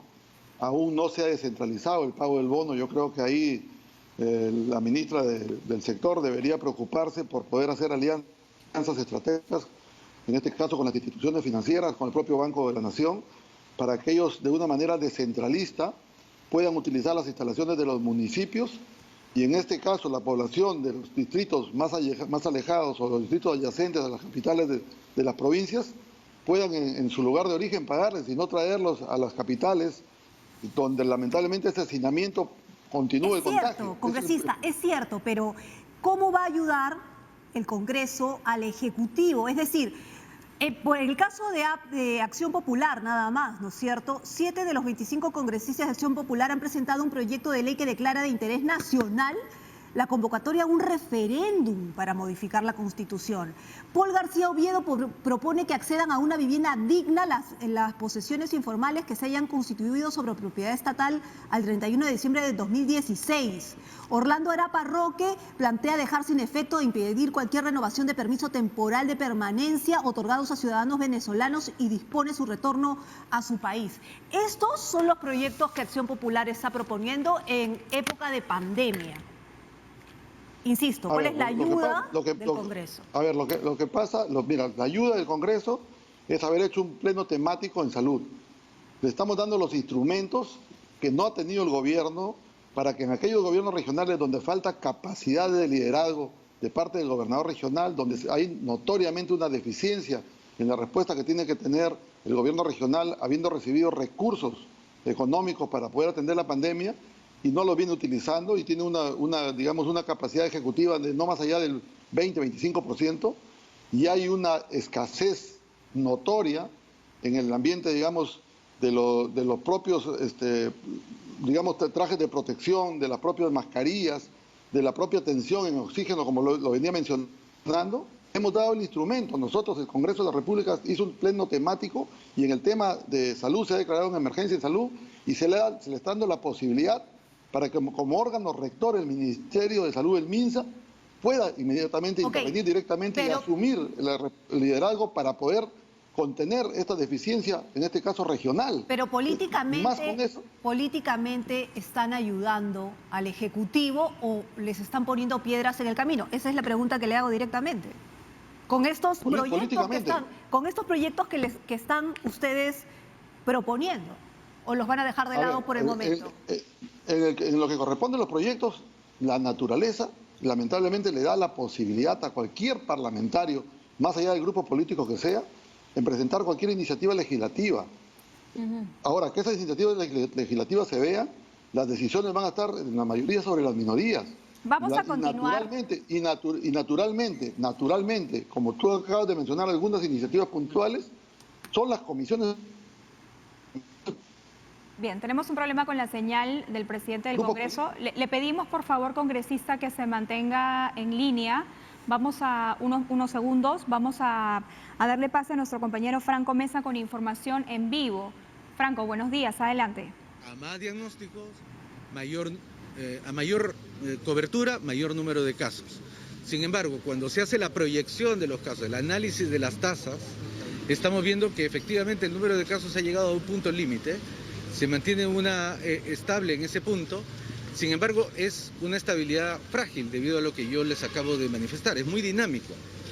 No sabemos, por ejemplo, el efecto que va a tener la apertura económica con respecto a la dinámica de la epidemia. Y es esa otra de las razones por las cuales nosotros no nos atrevemos a hacer ninguna proyección, porque hay elementos de la sociedad que están cambiando la dinámica de la enfermedad. Ministro, permítame también. Declaraciones del ministro de Salud, Víctor Zamora, en la Dirección de Redes Integradas de Salud Lima Este, desde donde partirán brigadas médicas a las casas de los distritos de esta zona de la capital. Para procesar el intercambio prestacional, porque hay que ponerse de acuerdo sobre la estructura de costos y de pagos entre los operadores. Donde sí está funcionando el intercambio prestacional muy activamente es entre el Ministerio de Salud y Salud. De hecho, en el hospital, acá nos acompaña el director del hospital de ATE, tenemos 35 pacientes de salud hospitalizados en el hospital de ATE, cosa que no hubiese sido posible en el pasado debido a que estas dos instituciones funcionaban de manera separada. Ministro, el número de ambulantes va aumentando en las calles, por ejemplo en la avenida Manco Cápac ya son cientos los que se ubican para vender productos de todo tipo. ¿Qué se tiene planeado hacer en vista de que estas personas seguirán saliendo a las calles para ganarse así la vida? Bueno, como sector salud, nosotros tenemos dos responsabilidades. Es vigilar que la apertura económica, formal o informal en este caso, tenemos que vigilar que no tenga un rebrote, que no signifique un rebrote de la epidemia en la sociedad. Y si esto significa un rebrote, poder actuar rápidamente, cerrar estos brotes si se presentan y poder atenderlos adecuadamente. Ministro, en esa línea, ministro, justamente ¿qué invocación le haría usted a los alcaldes? Porque ellos tienen justamente que reordenar esta parte de los ambulantes, por ejemplo, que están saliendo nuevamente a las calles, y también hemos visto que continúa el problema de la paradita. Este mercadillo que tendría que trasladarse a un lugar más seguro, y hasta el momento los alcaldes no se ponen de acuerdo. Mire, las respuestas que nosotros estamos dando frente a la epidemia, aunque conocemos ciertamente lo que hay que hacer en materia de qué hacer con el mercado, una cosa es saber lo que uno tiene que hacer y otra cosa distinta es poder hacerlo. Y poder hacerlo significa un trabajo muy difícil, porque estamos hablando de personas con distintos intereses, son personas que quieren volver a la actividad económica, tienen que hacerlo de manera ordenada. Ordenarlos no significa necesariamente traslados, se puede reordenar la dinámica del propio mercado. Y yo he sido testigo y sigo siendo testigo de que los alcaldes están haciendo un trabajo intenso para poder lograrlo. Se dice fácil, hacerlo es más complicado. y ciertamente yo puedo certificar del esfuerzo que estamos realizando junto con los alcaldes para poder lograr ese objetivo. Ministro, ha llegado a la que la hidrocloroquina va a seguir formando parte del kit. La hidroxicloroquina sigue formando parte del kit debido a que el comité de expertos del Ministerio de Salud, liderado por el doctor Gotuso, acompañado por otros expertos como el doctor Maguiña del Colegio Médico, así lo han recomendado y nosotros como Ministerio de Salud aceptamos sus recomendaciones y las implementamos en nuestro plan. Esos protocolos de atención, quiero dejar bien claro, no solamente están elaborados por el comité de expertos, sino se revisan semanalmente porque el conocimiento sobre esta enfermedad es muy dinámico y puede ser que la próxima semana ratifiquemos o rectifiquemos los tratamientos. Ya lo hemos hecho con otros productos y lo seguiremos haciendo en adelante.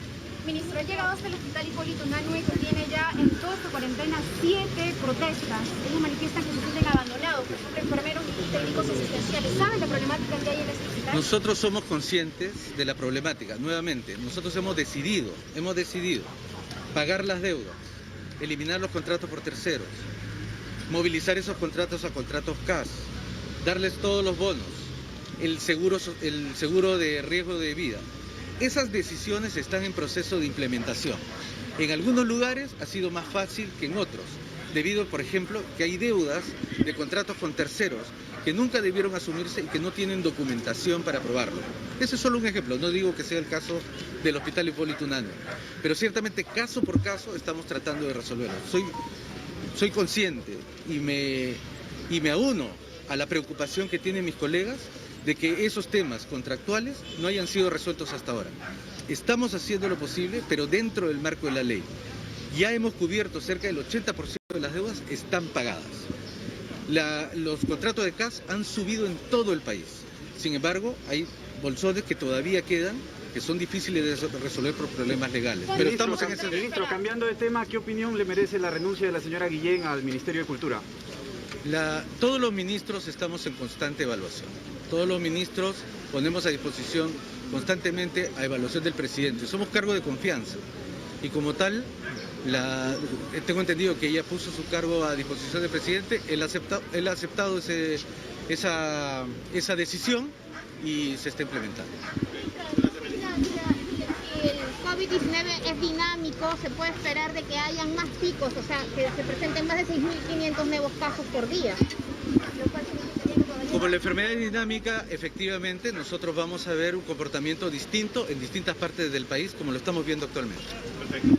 Esas fueron las declaraciones del ministro de Salud, Víctor Zamora, luego de su visita a la Dirección de Redes Integradas de Salud Lima Este del MINSA, desde donde partirán brigadas de médicos para visitar las casas de personas infectadas por COVID-19. Con esa información regreso con ustedes, compañeras. Franco, muchas gracias por ese enlace en vivo. Retomamos la comunicación con el presidente del Congreso, Manuel Merino de Lama. Yo quisiera continuar con el tema del voto de confianza, porque ustedes se lo han dado al gabinete Ceballos, pero algunas voces desde adentro del legislativo están exigiendo el cambio de ministros. Es decir, le dan el voto de confianza, pero exigen que se vayan algunos.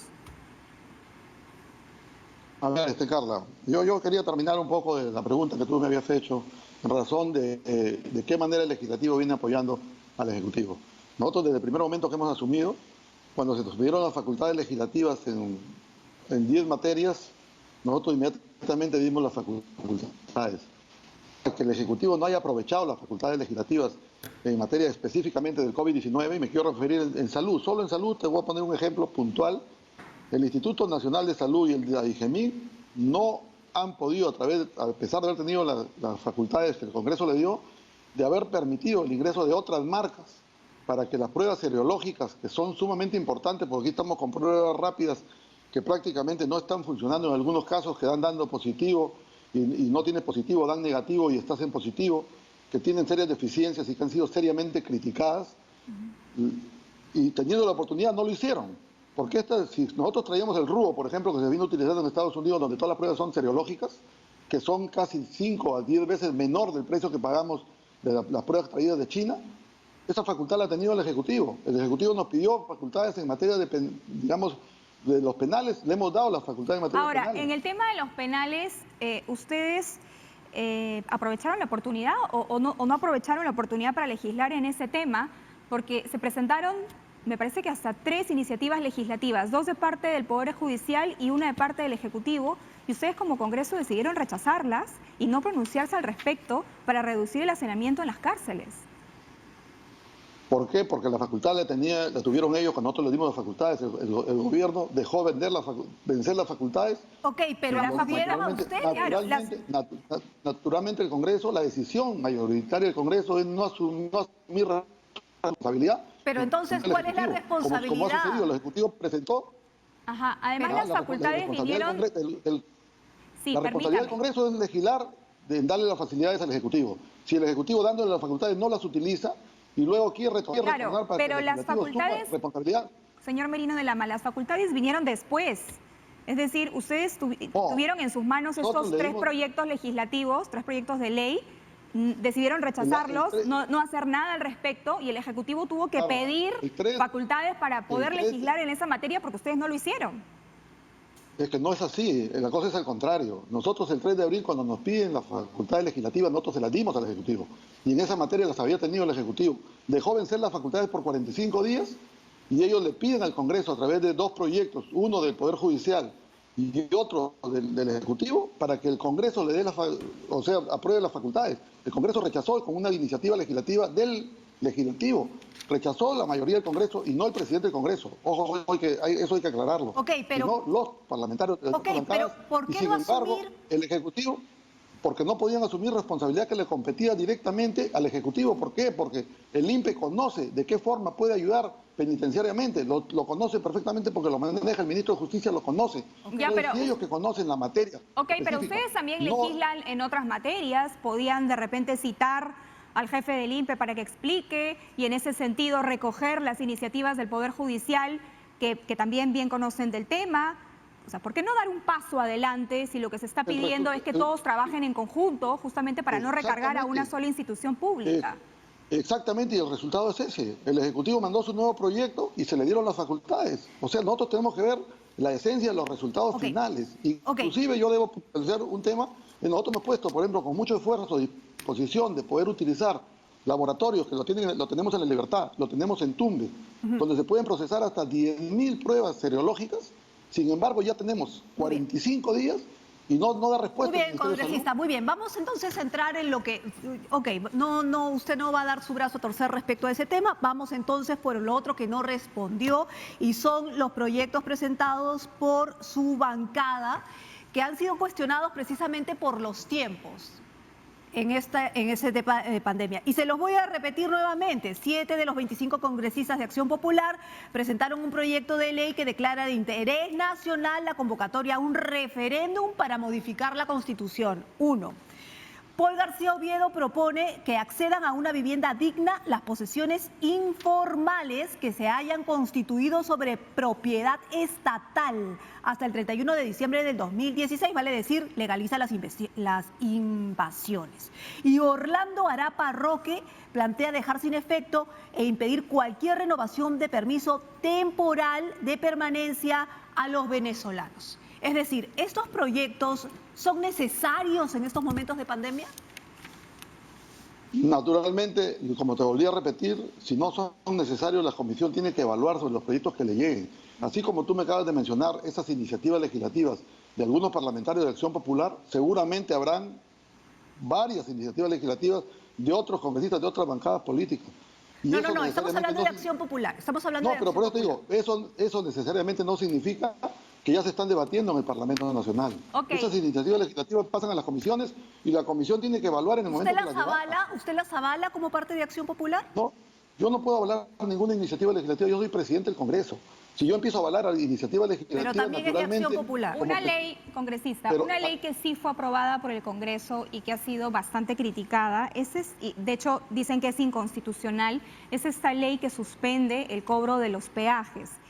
Lo que señalan algunas voces entendidas en el tema es que es un gravísimo error porque por ley no se puede romper un contrato que se ha firmado entre una empresa privada y el Estado y que esto conllevaría a que nos planteen arbitrajes internacionales que bien podríamos perder y que significan un costo bastante elevado para el Estado. A ver, yo lo vería de la siguiente forma. Si bien puede ser inconstitucional, será el Tribunal Constitucional el que determine la constitucionalidad o la inconstitucionalidad de dicha norma, en principio. Más allá de que estos hechos que tú acabas de mencionar hayan sucedido en el Congreso, lo que tendríamos que evaluar, y creo que en ese contexto lo ponemos, es que cuando se presenta esta iniciativa legislativa en el Parlamento Nacional, cuando llega al Ejecutivo, el presidente de la República públicamente lo dice. Nosotros vamos a hablar con los empresarios para que frente a esta pandemia en la que estamos viviendo, se suspenda el cobro de peajes como sucede en todas partes del mundo. No, sino, el origen de esto, ¿cuál es? Un contrato mal hecho. Congresista, lo que tenemos a futuro.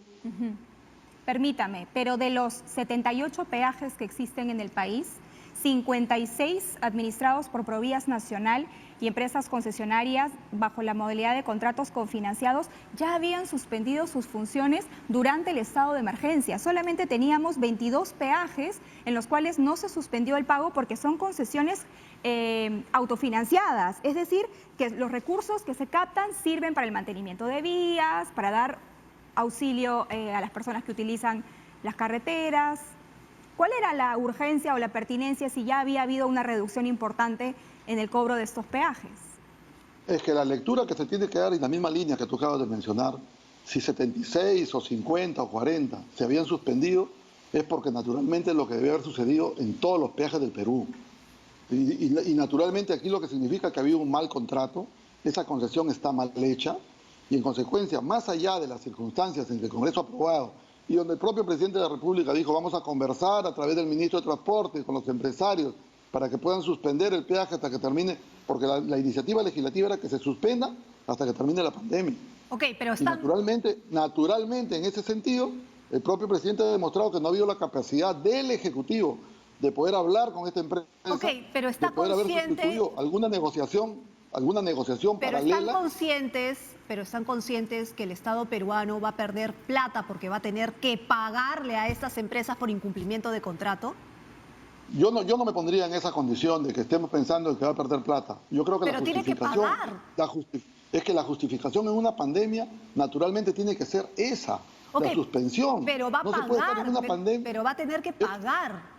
Es que nos estamos suponiendo, estamos dando una opinión por adelantado. No, estamos hablando de un contrato, estamos hablando de un contrato. Es que naturalmente el contrato, la suspensión de la propuesta que hace el legislativo en el tema de los peajes, no es por el tema jurídico, es por el tema de salubridad, de salud. Quedó clarísimo.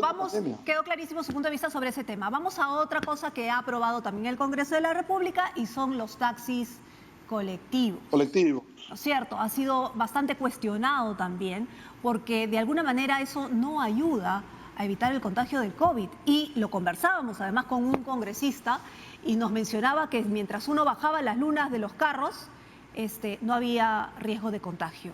¿Usted lo cree así? No, yo comparto yo en el sentido de que el tema de los autos colectivos en el momento en que nos encontramos no es el momento más apropiado. Yo lo comparto plenamente, pero sin embargo sí creo que es necesario poner en el contexto de lo que viene sucediendo desde el año 2007, que no se da una solución y que tiene los taxis colectivos prácticamente hacinados o los tienes en estado ilegal y que no podemos poner en el contexto lo que pueda suceder en Lima, Callao o en las principales capitales de las ciudades. Veamos lo que sucede en el interior del país. Ahí los autos colectivos, lo que el Estado debería estar pensando es de qué manera podemos dar una modernización de la flota, en este caso de transporte. Arequipa no es un lugar que necesite transporte de ese tipo. Arequipa tiene bastante tráfico. En el caso de la capital, claro que no, pero en algunos distritos de Arequipa naturalmente que tienen que haber lugares donde no hay. ¿Hay alguna especificación que diga que no en la capital? ¿Hay especificaciones? La reglamentación la va a tener a cargo el Ministerio de Transportes. Y ahí tiene la gran oportunidad en un proceso reglamentario de poder específicamente poner qué distritos son donde podrían ser beneficiarios. Es decir, ustedes legislan y la reglamentación se la tiran de responsabilidad del Ejecutivo. Así funciona. Toda ley. No, es que así funciona la naturaleza legal. O sea, yo creo que de eso no podemos de ninguna manera tapar el sol con un dedo.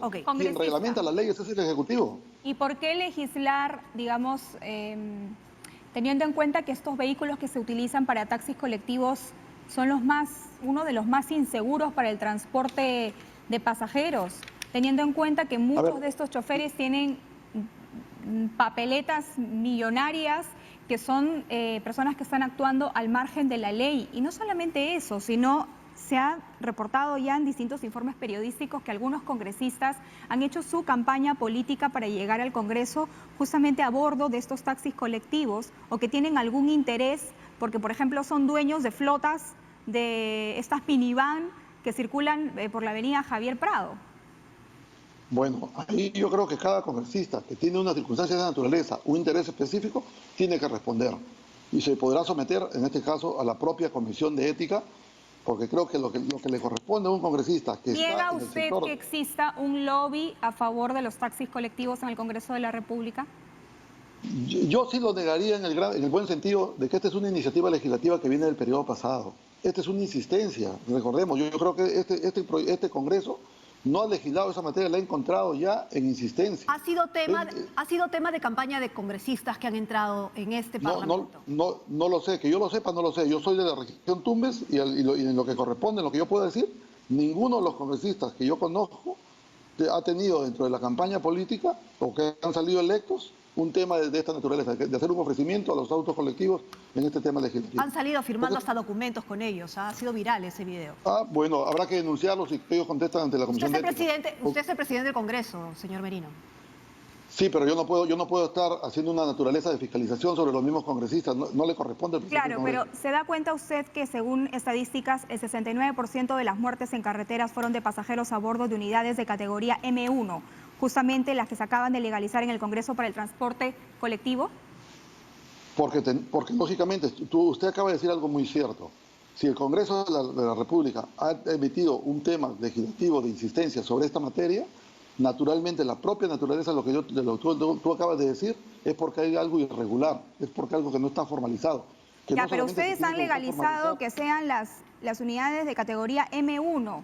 Ustedes ya lo han legalizado así, que son los que ocasionan el 69% de los accidentes en carreteras. Que sea por insistencia, discúlpeme congresista, no significa que el tema sea vital, más aún cuando colabora con todo lo contrario, para accidentes en carreteras y muertes. Mira, lo que pasa, y yo quiero ser puntual en este tema, que no es el caso de ustedes. Yo le agradezco a Canal 7 porque ha tenido la decencia durante todo el tiempo que yo he estado de darme la oportunidad de tener entrevistas. Pero naturalmente en el sistema que nos encontramos hay intereses ocultos que lo que tratan es de desprestigiar al Congreso, y el Congreso ha demostrado en este poco tiempo que tiene, primero, poder sesionar de una manera virtual, que no lo podíamos. Segundo, tocar materias que son sumamente importantes y que dentro de esas materias de repente hay algunas críticas, tenemos que asumirlo. Tenemos que asumir que esas críticas deben ser constructivas y que tenemos que trabajarlas para poder, durante el tiempo que estemos, podamos hacer lo mejor que se pueda. Pero que el Ejecutivo tiene que estar agradecido, el Congreso tiene que estar agradecido, porque en el momento que ellos nos han solicitado... Hablando de responsabilidad, ya que usted lo menciona, fue declarado usted visitante ilustre del distrito de San Martín de Porres por el alcalde Julio Chávez, esposo de la legisladora Leslie Lazo, de Acción Popular justamente, ¿no? Y en redes sociales ha criticado mucho que el Congreso, el canal del Congreso haya interrumpido la transmisión de la sesión de la Comisión de la Mujer, en donde se presentaba la ministra Gloria Montenegro para transmitir la ceremonia desde San Martín de Porres. Ojo que ellos tuvieron COVID también, ¿no es cierto? Bueno, me sumo a esa crítica y la asumo como presidente del Congreso, porque no fue una disposición del presidente del Congreso de pedir que corte, es que tengo que decirlo así, porque es naturalmente lo que ha sucedido. El señor de prensa ha asumido, digamos, un tema que no ha sido pedido por el presidente del Congreso. Seguramente por congraciarse, no lo sé, pero no ha habido ninguna disposición de la presidencia del Congreso que corten la transmisión para que pasen este reconocimiento. ¿Por qué fue? Si hablamos de responsabilidad, ¿por qué fue a la condecoración? Si sabe que estamos en aislamiento social, que hay riesgo, que ellos son convalecientes de COVID, ¿para qué fue? Primero porque era una sesión que era absolutamente privada, solamente con el alcalde y solamente, en este caso, con sus principales funcionarios. Y porque es natural, en un acontecimiento de un aniversario, la presencia de una autoridad va y fortalece un tema que tú lo acabas de mencionar, donde tienes al alcalde que fue contaminado con el COVID, donde tienes una ciudadela que es como ir a La Victoria, por ejemplo, que tiene la mayor contaminación posible y que tenemos que ir con los cuidados correspondientes pero fundamentalmente para darle fortaleza a esa población, que se entienda que solo la unidad y solo el esfuerzo que hagamos cada uno de nosotros con el distanciamiento correspondiente, podamos salir de esta pandemia. No es un hecho que vaya porque me van a hacer un reconocimiento, porque era un tema que ni siquiera lo tenía yo estimado. No, yo es había por el ido a la distanciamiento ceremonia. social. Ahora, Claro. usted nos pedía nombres hay aquí. Por ejemplo, sobre el tema de los colectivos. ¿Qué vehículos usan los colectiveros que defiende, digamos, el congresista Guillermo Aliaga? Justamente las minivanes. Somos Perú. ¿Qué vehículos vende Faga Motors, fundada por Julio Gagó? Minivanes. Aliaga es vicepresidente del Congreso. ¿Qué autos tiene la flota del congresista Juan Guamán? Minivanes. Estoy leyendo información del periodista Juan Pablo León del Comercio. Entonces, usted como presidente del Congreso, lo que nos acaba de decir hace un instante es que todos ellos entonces tendrían que pasar por la Comisión de Ética, porque hay algún conflicto de interés ahí. Se pone en agenda un proyecto cuyos congresistas tienen algún tipo de relación. Pero no. Es que eso hay que rechazarlo. De ninguna manera la presidencia del Congreso está poniendo en agenda intereses de determinados parlamentarios. Estamos hablando del vicepresidente, el señor Aliaga, que estuvo en campaña con bandera de ayudar a los transportistas. Sale en un video firmando un acta con los transportistas. Es el vicepresidente, está en la mesa directiva. El señor Chacón también. ¿Chacón es? Mira, Fernández Chacón también sale en un video de campaña con los colectiveros diciendo que los va a apoyar. Eso es en campaña. Y ahora efectivamente los aprueba. Yo lo que te pedí, esos temas puntuales habría que preguntárselos para ver qué respuestas tienen. En este caso del señor ¿Y qué respuesta tiene usted como presidente del Congreso, congresista? Yo lo que puedo decir es que este Congreso está poniendo el máximo esfuerzo y las iniciativas legislativas o los proyectos que se han visto son proyectos que han sido solicitados por las diversas bancadas, no por el vicepresidente del Congreso, sino por las bancadas políticas. Yo me refiero, son 9 bancadas políticas. Y si dentro de las 9 bancadas políticas empezamos a identificar temas de esta naturaleza, yo creo que hay una equivocación seriada que se está viendo. Yo creo que aquí el pedido es de parte de los portavoces de los grupos políticos frente a las necesidades que recogen de la población. Y lógicamente hay que hacer evaluación sobre las cosas que prudentemente se puedan hacer. Pero lo que es importante, yo quiero, para terminar, porque yo sé que el tiempo es el peor enemigo, que yo quiero agradecer a Canal 7 que nos da la oportunidad. Y también, lógicamente, en esta misma línea, como en la entrevista que hemos tenido, donde, por ejemplo, se ha cortado la entrevista para pasar la respuesta del señor ministro en buena hora. Nos sucedió en el Parlamento Nacional, cuando expuso el Ejecutivo, Canal 7 nos puso a disposición el canal. Y luego que empezamos con el Legislativo, asumió el Canal 7 el proceso, digamos, de dictamen de clases de alumnos. Nosotros los felicitamos porque creo que las clases de los alumnos tienen que estar por encima de un debate político que teníamos trascendentemente que responder. Pero lo que es importante, y como os hemos dicho al propio presidente del Consejo de Ministros, que aquí lo que no podemos permitir es que se esté utilizando elementos que en el pasado fueron nefastos para la democracia. Lo digo por propio deseo como presidente del Congreso, porque aquí tenemos que sumar esfuerzos. Y el esfuerzo que está haciendo el Congreso para darle sostenibilidad al Ejecutivo. Entonces usted rechaza lo que dijo el congresista Omar Chejade, porque él utilizó sus cuentas y lo ha hecho también en algunos medios de comunicación para quejarse por el corte que hubo de la transmisión del Congreso para presentar Aprendo en Casa. No, yo justamente hablé con él, yo le dije que a mí me parecía injusto hacer una crítica a Canal 7 frente, digamos, a una decisión de un programa que tienen que hacer clase para los jóvenes, para los niños. En un momento como este, además, ¿no? Que los chicos no están yendo al colegio, que hay todo un tema, bastante complicado y sensible. Muchas gracias por estar con nosotras, en simultáneo por Nacional 103.9 también. Ha sido el presidente del Congreso, Manuel Merino de Lama. Podemos discrepar, pero en todo caso aquí está el espacio para que usted también pueda responder y las personas puedan sacar sus propias conclusiones. Solamente un puntito final.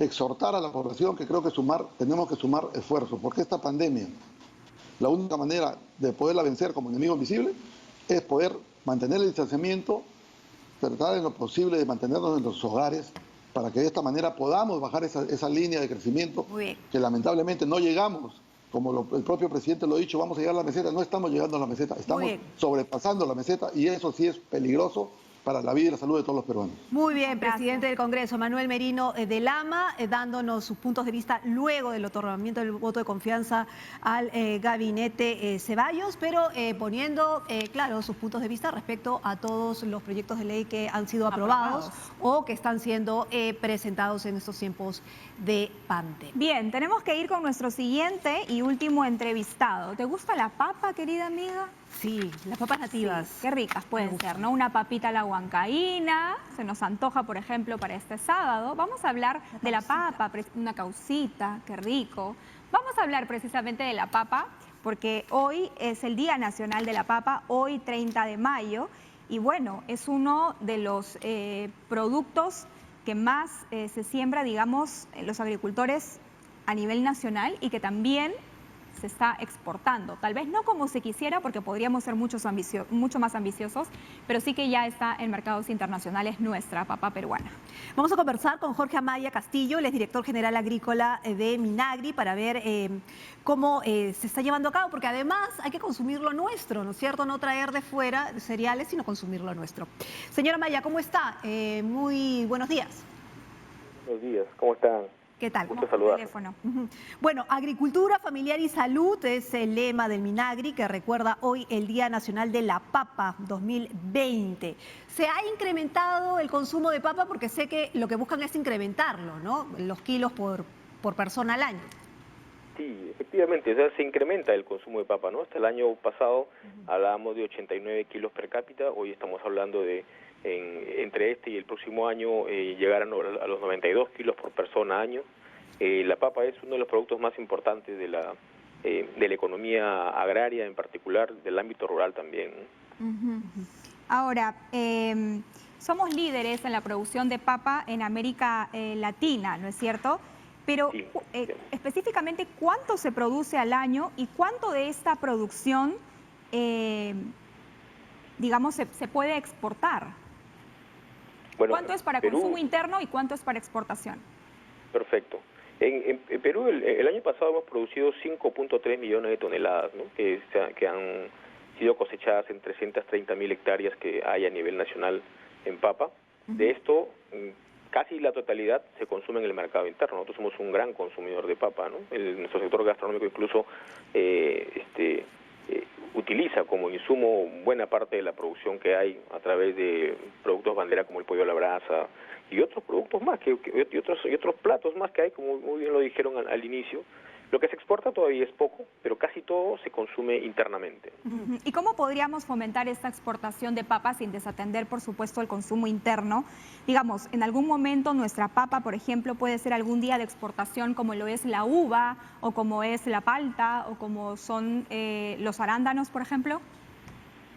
Bueno, ¿podemos soñar en grande con la papa?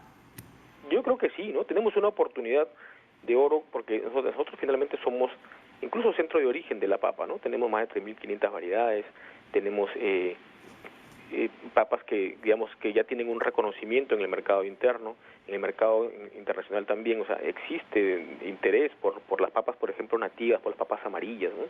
Y creo que es una oportunidad para desarrollar. Lo que todavía tenemos que hacer es básicamente trabajar sobre el esquemas de asociatividad, emprendimiento que permitan que los pequeños productores puedan fortalecer su parte productiva. El Ministerio hace su trabajo en ese sentido y se tiene obviamente que fortalecer ese trabajo más con los gobiernos regionales, con los gobiernos locales, más ahora luego de estos efectos que hay ahora con el aislamiento social obligatorio, ¿no? Y luego en el marco del COVID. ¿Qué lugares del mundo consumen papa peruana? Básicamente Estados Unidos, donde se lleva papa precocida y congelada. Reitero, no es en grandes cantidades, pero se lleva papa amarilla, ¿no? Para consumo allá precocida y congelada, y chips también a Europa, ¿no? Ahora, lo cierto es que si bien estamos pasando por una situación complicada a nivel mundial, ya había una problemática específica con el tema de la papa, es decir, los agricultores de papa son pequeñas familias, son pequeños agricultores, digamos, ¿no? Sin embargo, parece ser que no hay un orden o cronograma para los cultivos de papa. Tanto es así que a veces y en algunos años ha habido sobrecultivos de papa y no ha habido mercado para vender y el Estado ha tenido que comprar esos cultivos. ¿Cómo evitar que eso pase precisamente para que haya suficiente demanda y no sobreoferta? No perder, digamos, porque la papa es barata. Sí, en este caso el Ministerio trabaja con los gobiernos regionales los planes de intenciones de siembra, o mejor dicho, la planificación de los cultivos, ¿no? Lo que pasa es que hay momentos en que hay precios muy buenos en papa, y entonces cuando hay precios muy buenos el productor siembra papa, por una cuestión natural lo hace porque él espera una expectativa de buenos precios en la siguiente campaña. Entonces lo que pasa, eso genera algunos picos en siembras que luego se traducen obviamente en mayores cosechas y en volúmenes de sobreproducción de papa o incluso a veces sobreproducciones estacionales que se pueden dar por condiciones de clima, ¿no? Y eso puede generar estos pequeños, digamos, baches, inconvenientes. La idea es, y el Ministerio trabaja en función a eso con los gobiernos regionales, en reforzar esa parte de la planificación, de la orientación de los pequeños productores para que puedan conocer información de volúmenes de producción, de mercado, de precios, que les permita tomar una mejor decisión a la hora de sembrar, ¿no? El mayor porcentaje de nuestra agricultura pertenece justamente a estos pequeños agricultores que usted hace mención, que tienen unidades pequeñas, ¿no? De 1 a 5 hectáreas. ¿De qué manera se está afrontando la situación para ellos? ¿Cómo se les está apoyando en esta época de pandemia, de crisis sanitaria? Bueno, el Ministerio en general lo que está trabajando es, con el manejo de estos sistemas de información, está buscando asegurar el flujo de abastecimiento normal de alimentos desde los centros de producción hacia los mercados. Y por eso se evidencia que existe un flujo normal de alimentos hacia los principales mercados, ¿no? Eso número uno. Dos, también el Ministerio en ese concepto ha implementado y sigue implementando los mercados itinerantes, ¿no? Previstos inicialmente en 900. Y estos mercados itinerantes están generando un modelo en cuanto a aspectos de salubridad, de manejo de mercados, que están siendo utilizados ya incluso para las nuevas adecuaciones que están haciendo a los mercados de abastos, ¿no? Que tienen que ver con el distanciamiento social, el orden mismo que se genera dentro de los mismos mercados, ¿no? Sí, hay una contracción de la demanda internacional por la recesión, por la pandemia, es algo que no se puede evitar. Yo quisiera preguntarle en cuánto ha caído en general el nivel de las agroexportaciones. Bueno, ese dato exacto no lo tengo ahora, pero sí definitivamente va a haber, de hecho, algún nivel de impacto. Lo importante es que esto tenga que recuperarse lo más rápido posible. En la medida que el mundo se recupere, nuestros sectores también se van a recuperar, ¿no? Ojalá. Muy bien, muchísimas gracias, señora Maya Castillo, por haber estado con nosotros y bueno, ojalá que sea productivo el Día Nacional de la Papa y seamos mayores consumidores de ella, sin duda. Jorge Amaya Castillo, director general agrícola del Minagri. Así es, muchas gracias por habernos acompañado. Ya son las 9:59 y tenemos que despedirnos. Recuerda que hemos estado en simultáneo también por Nacional 103.9. Nos vemos el próximo sábado con más información relacionada a la semana, al COVID y a la política, por supuesto. Nos vemos. Que tengan un lindo fin de semana. Adiós.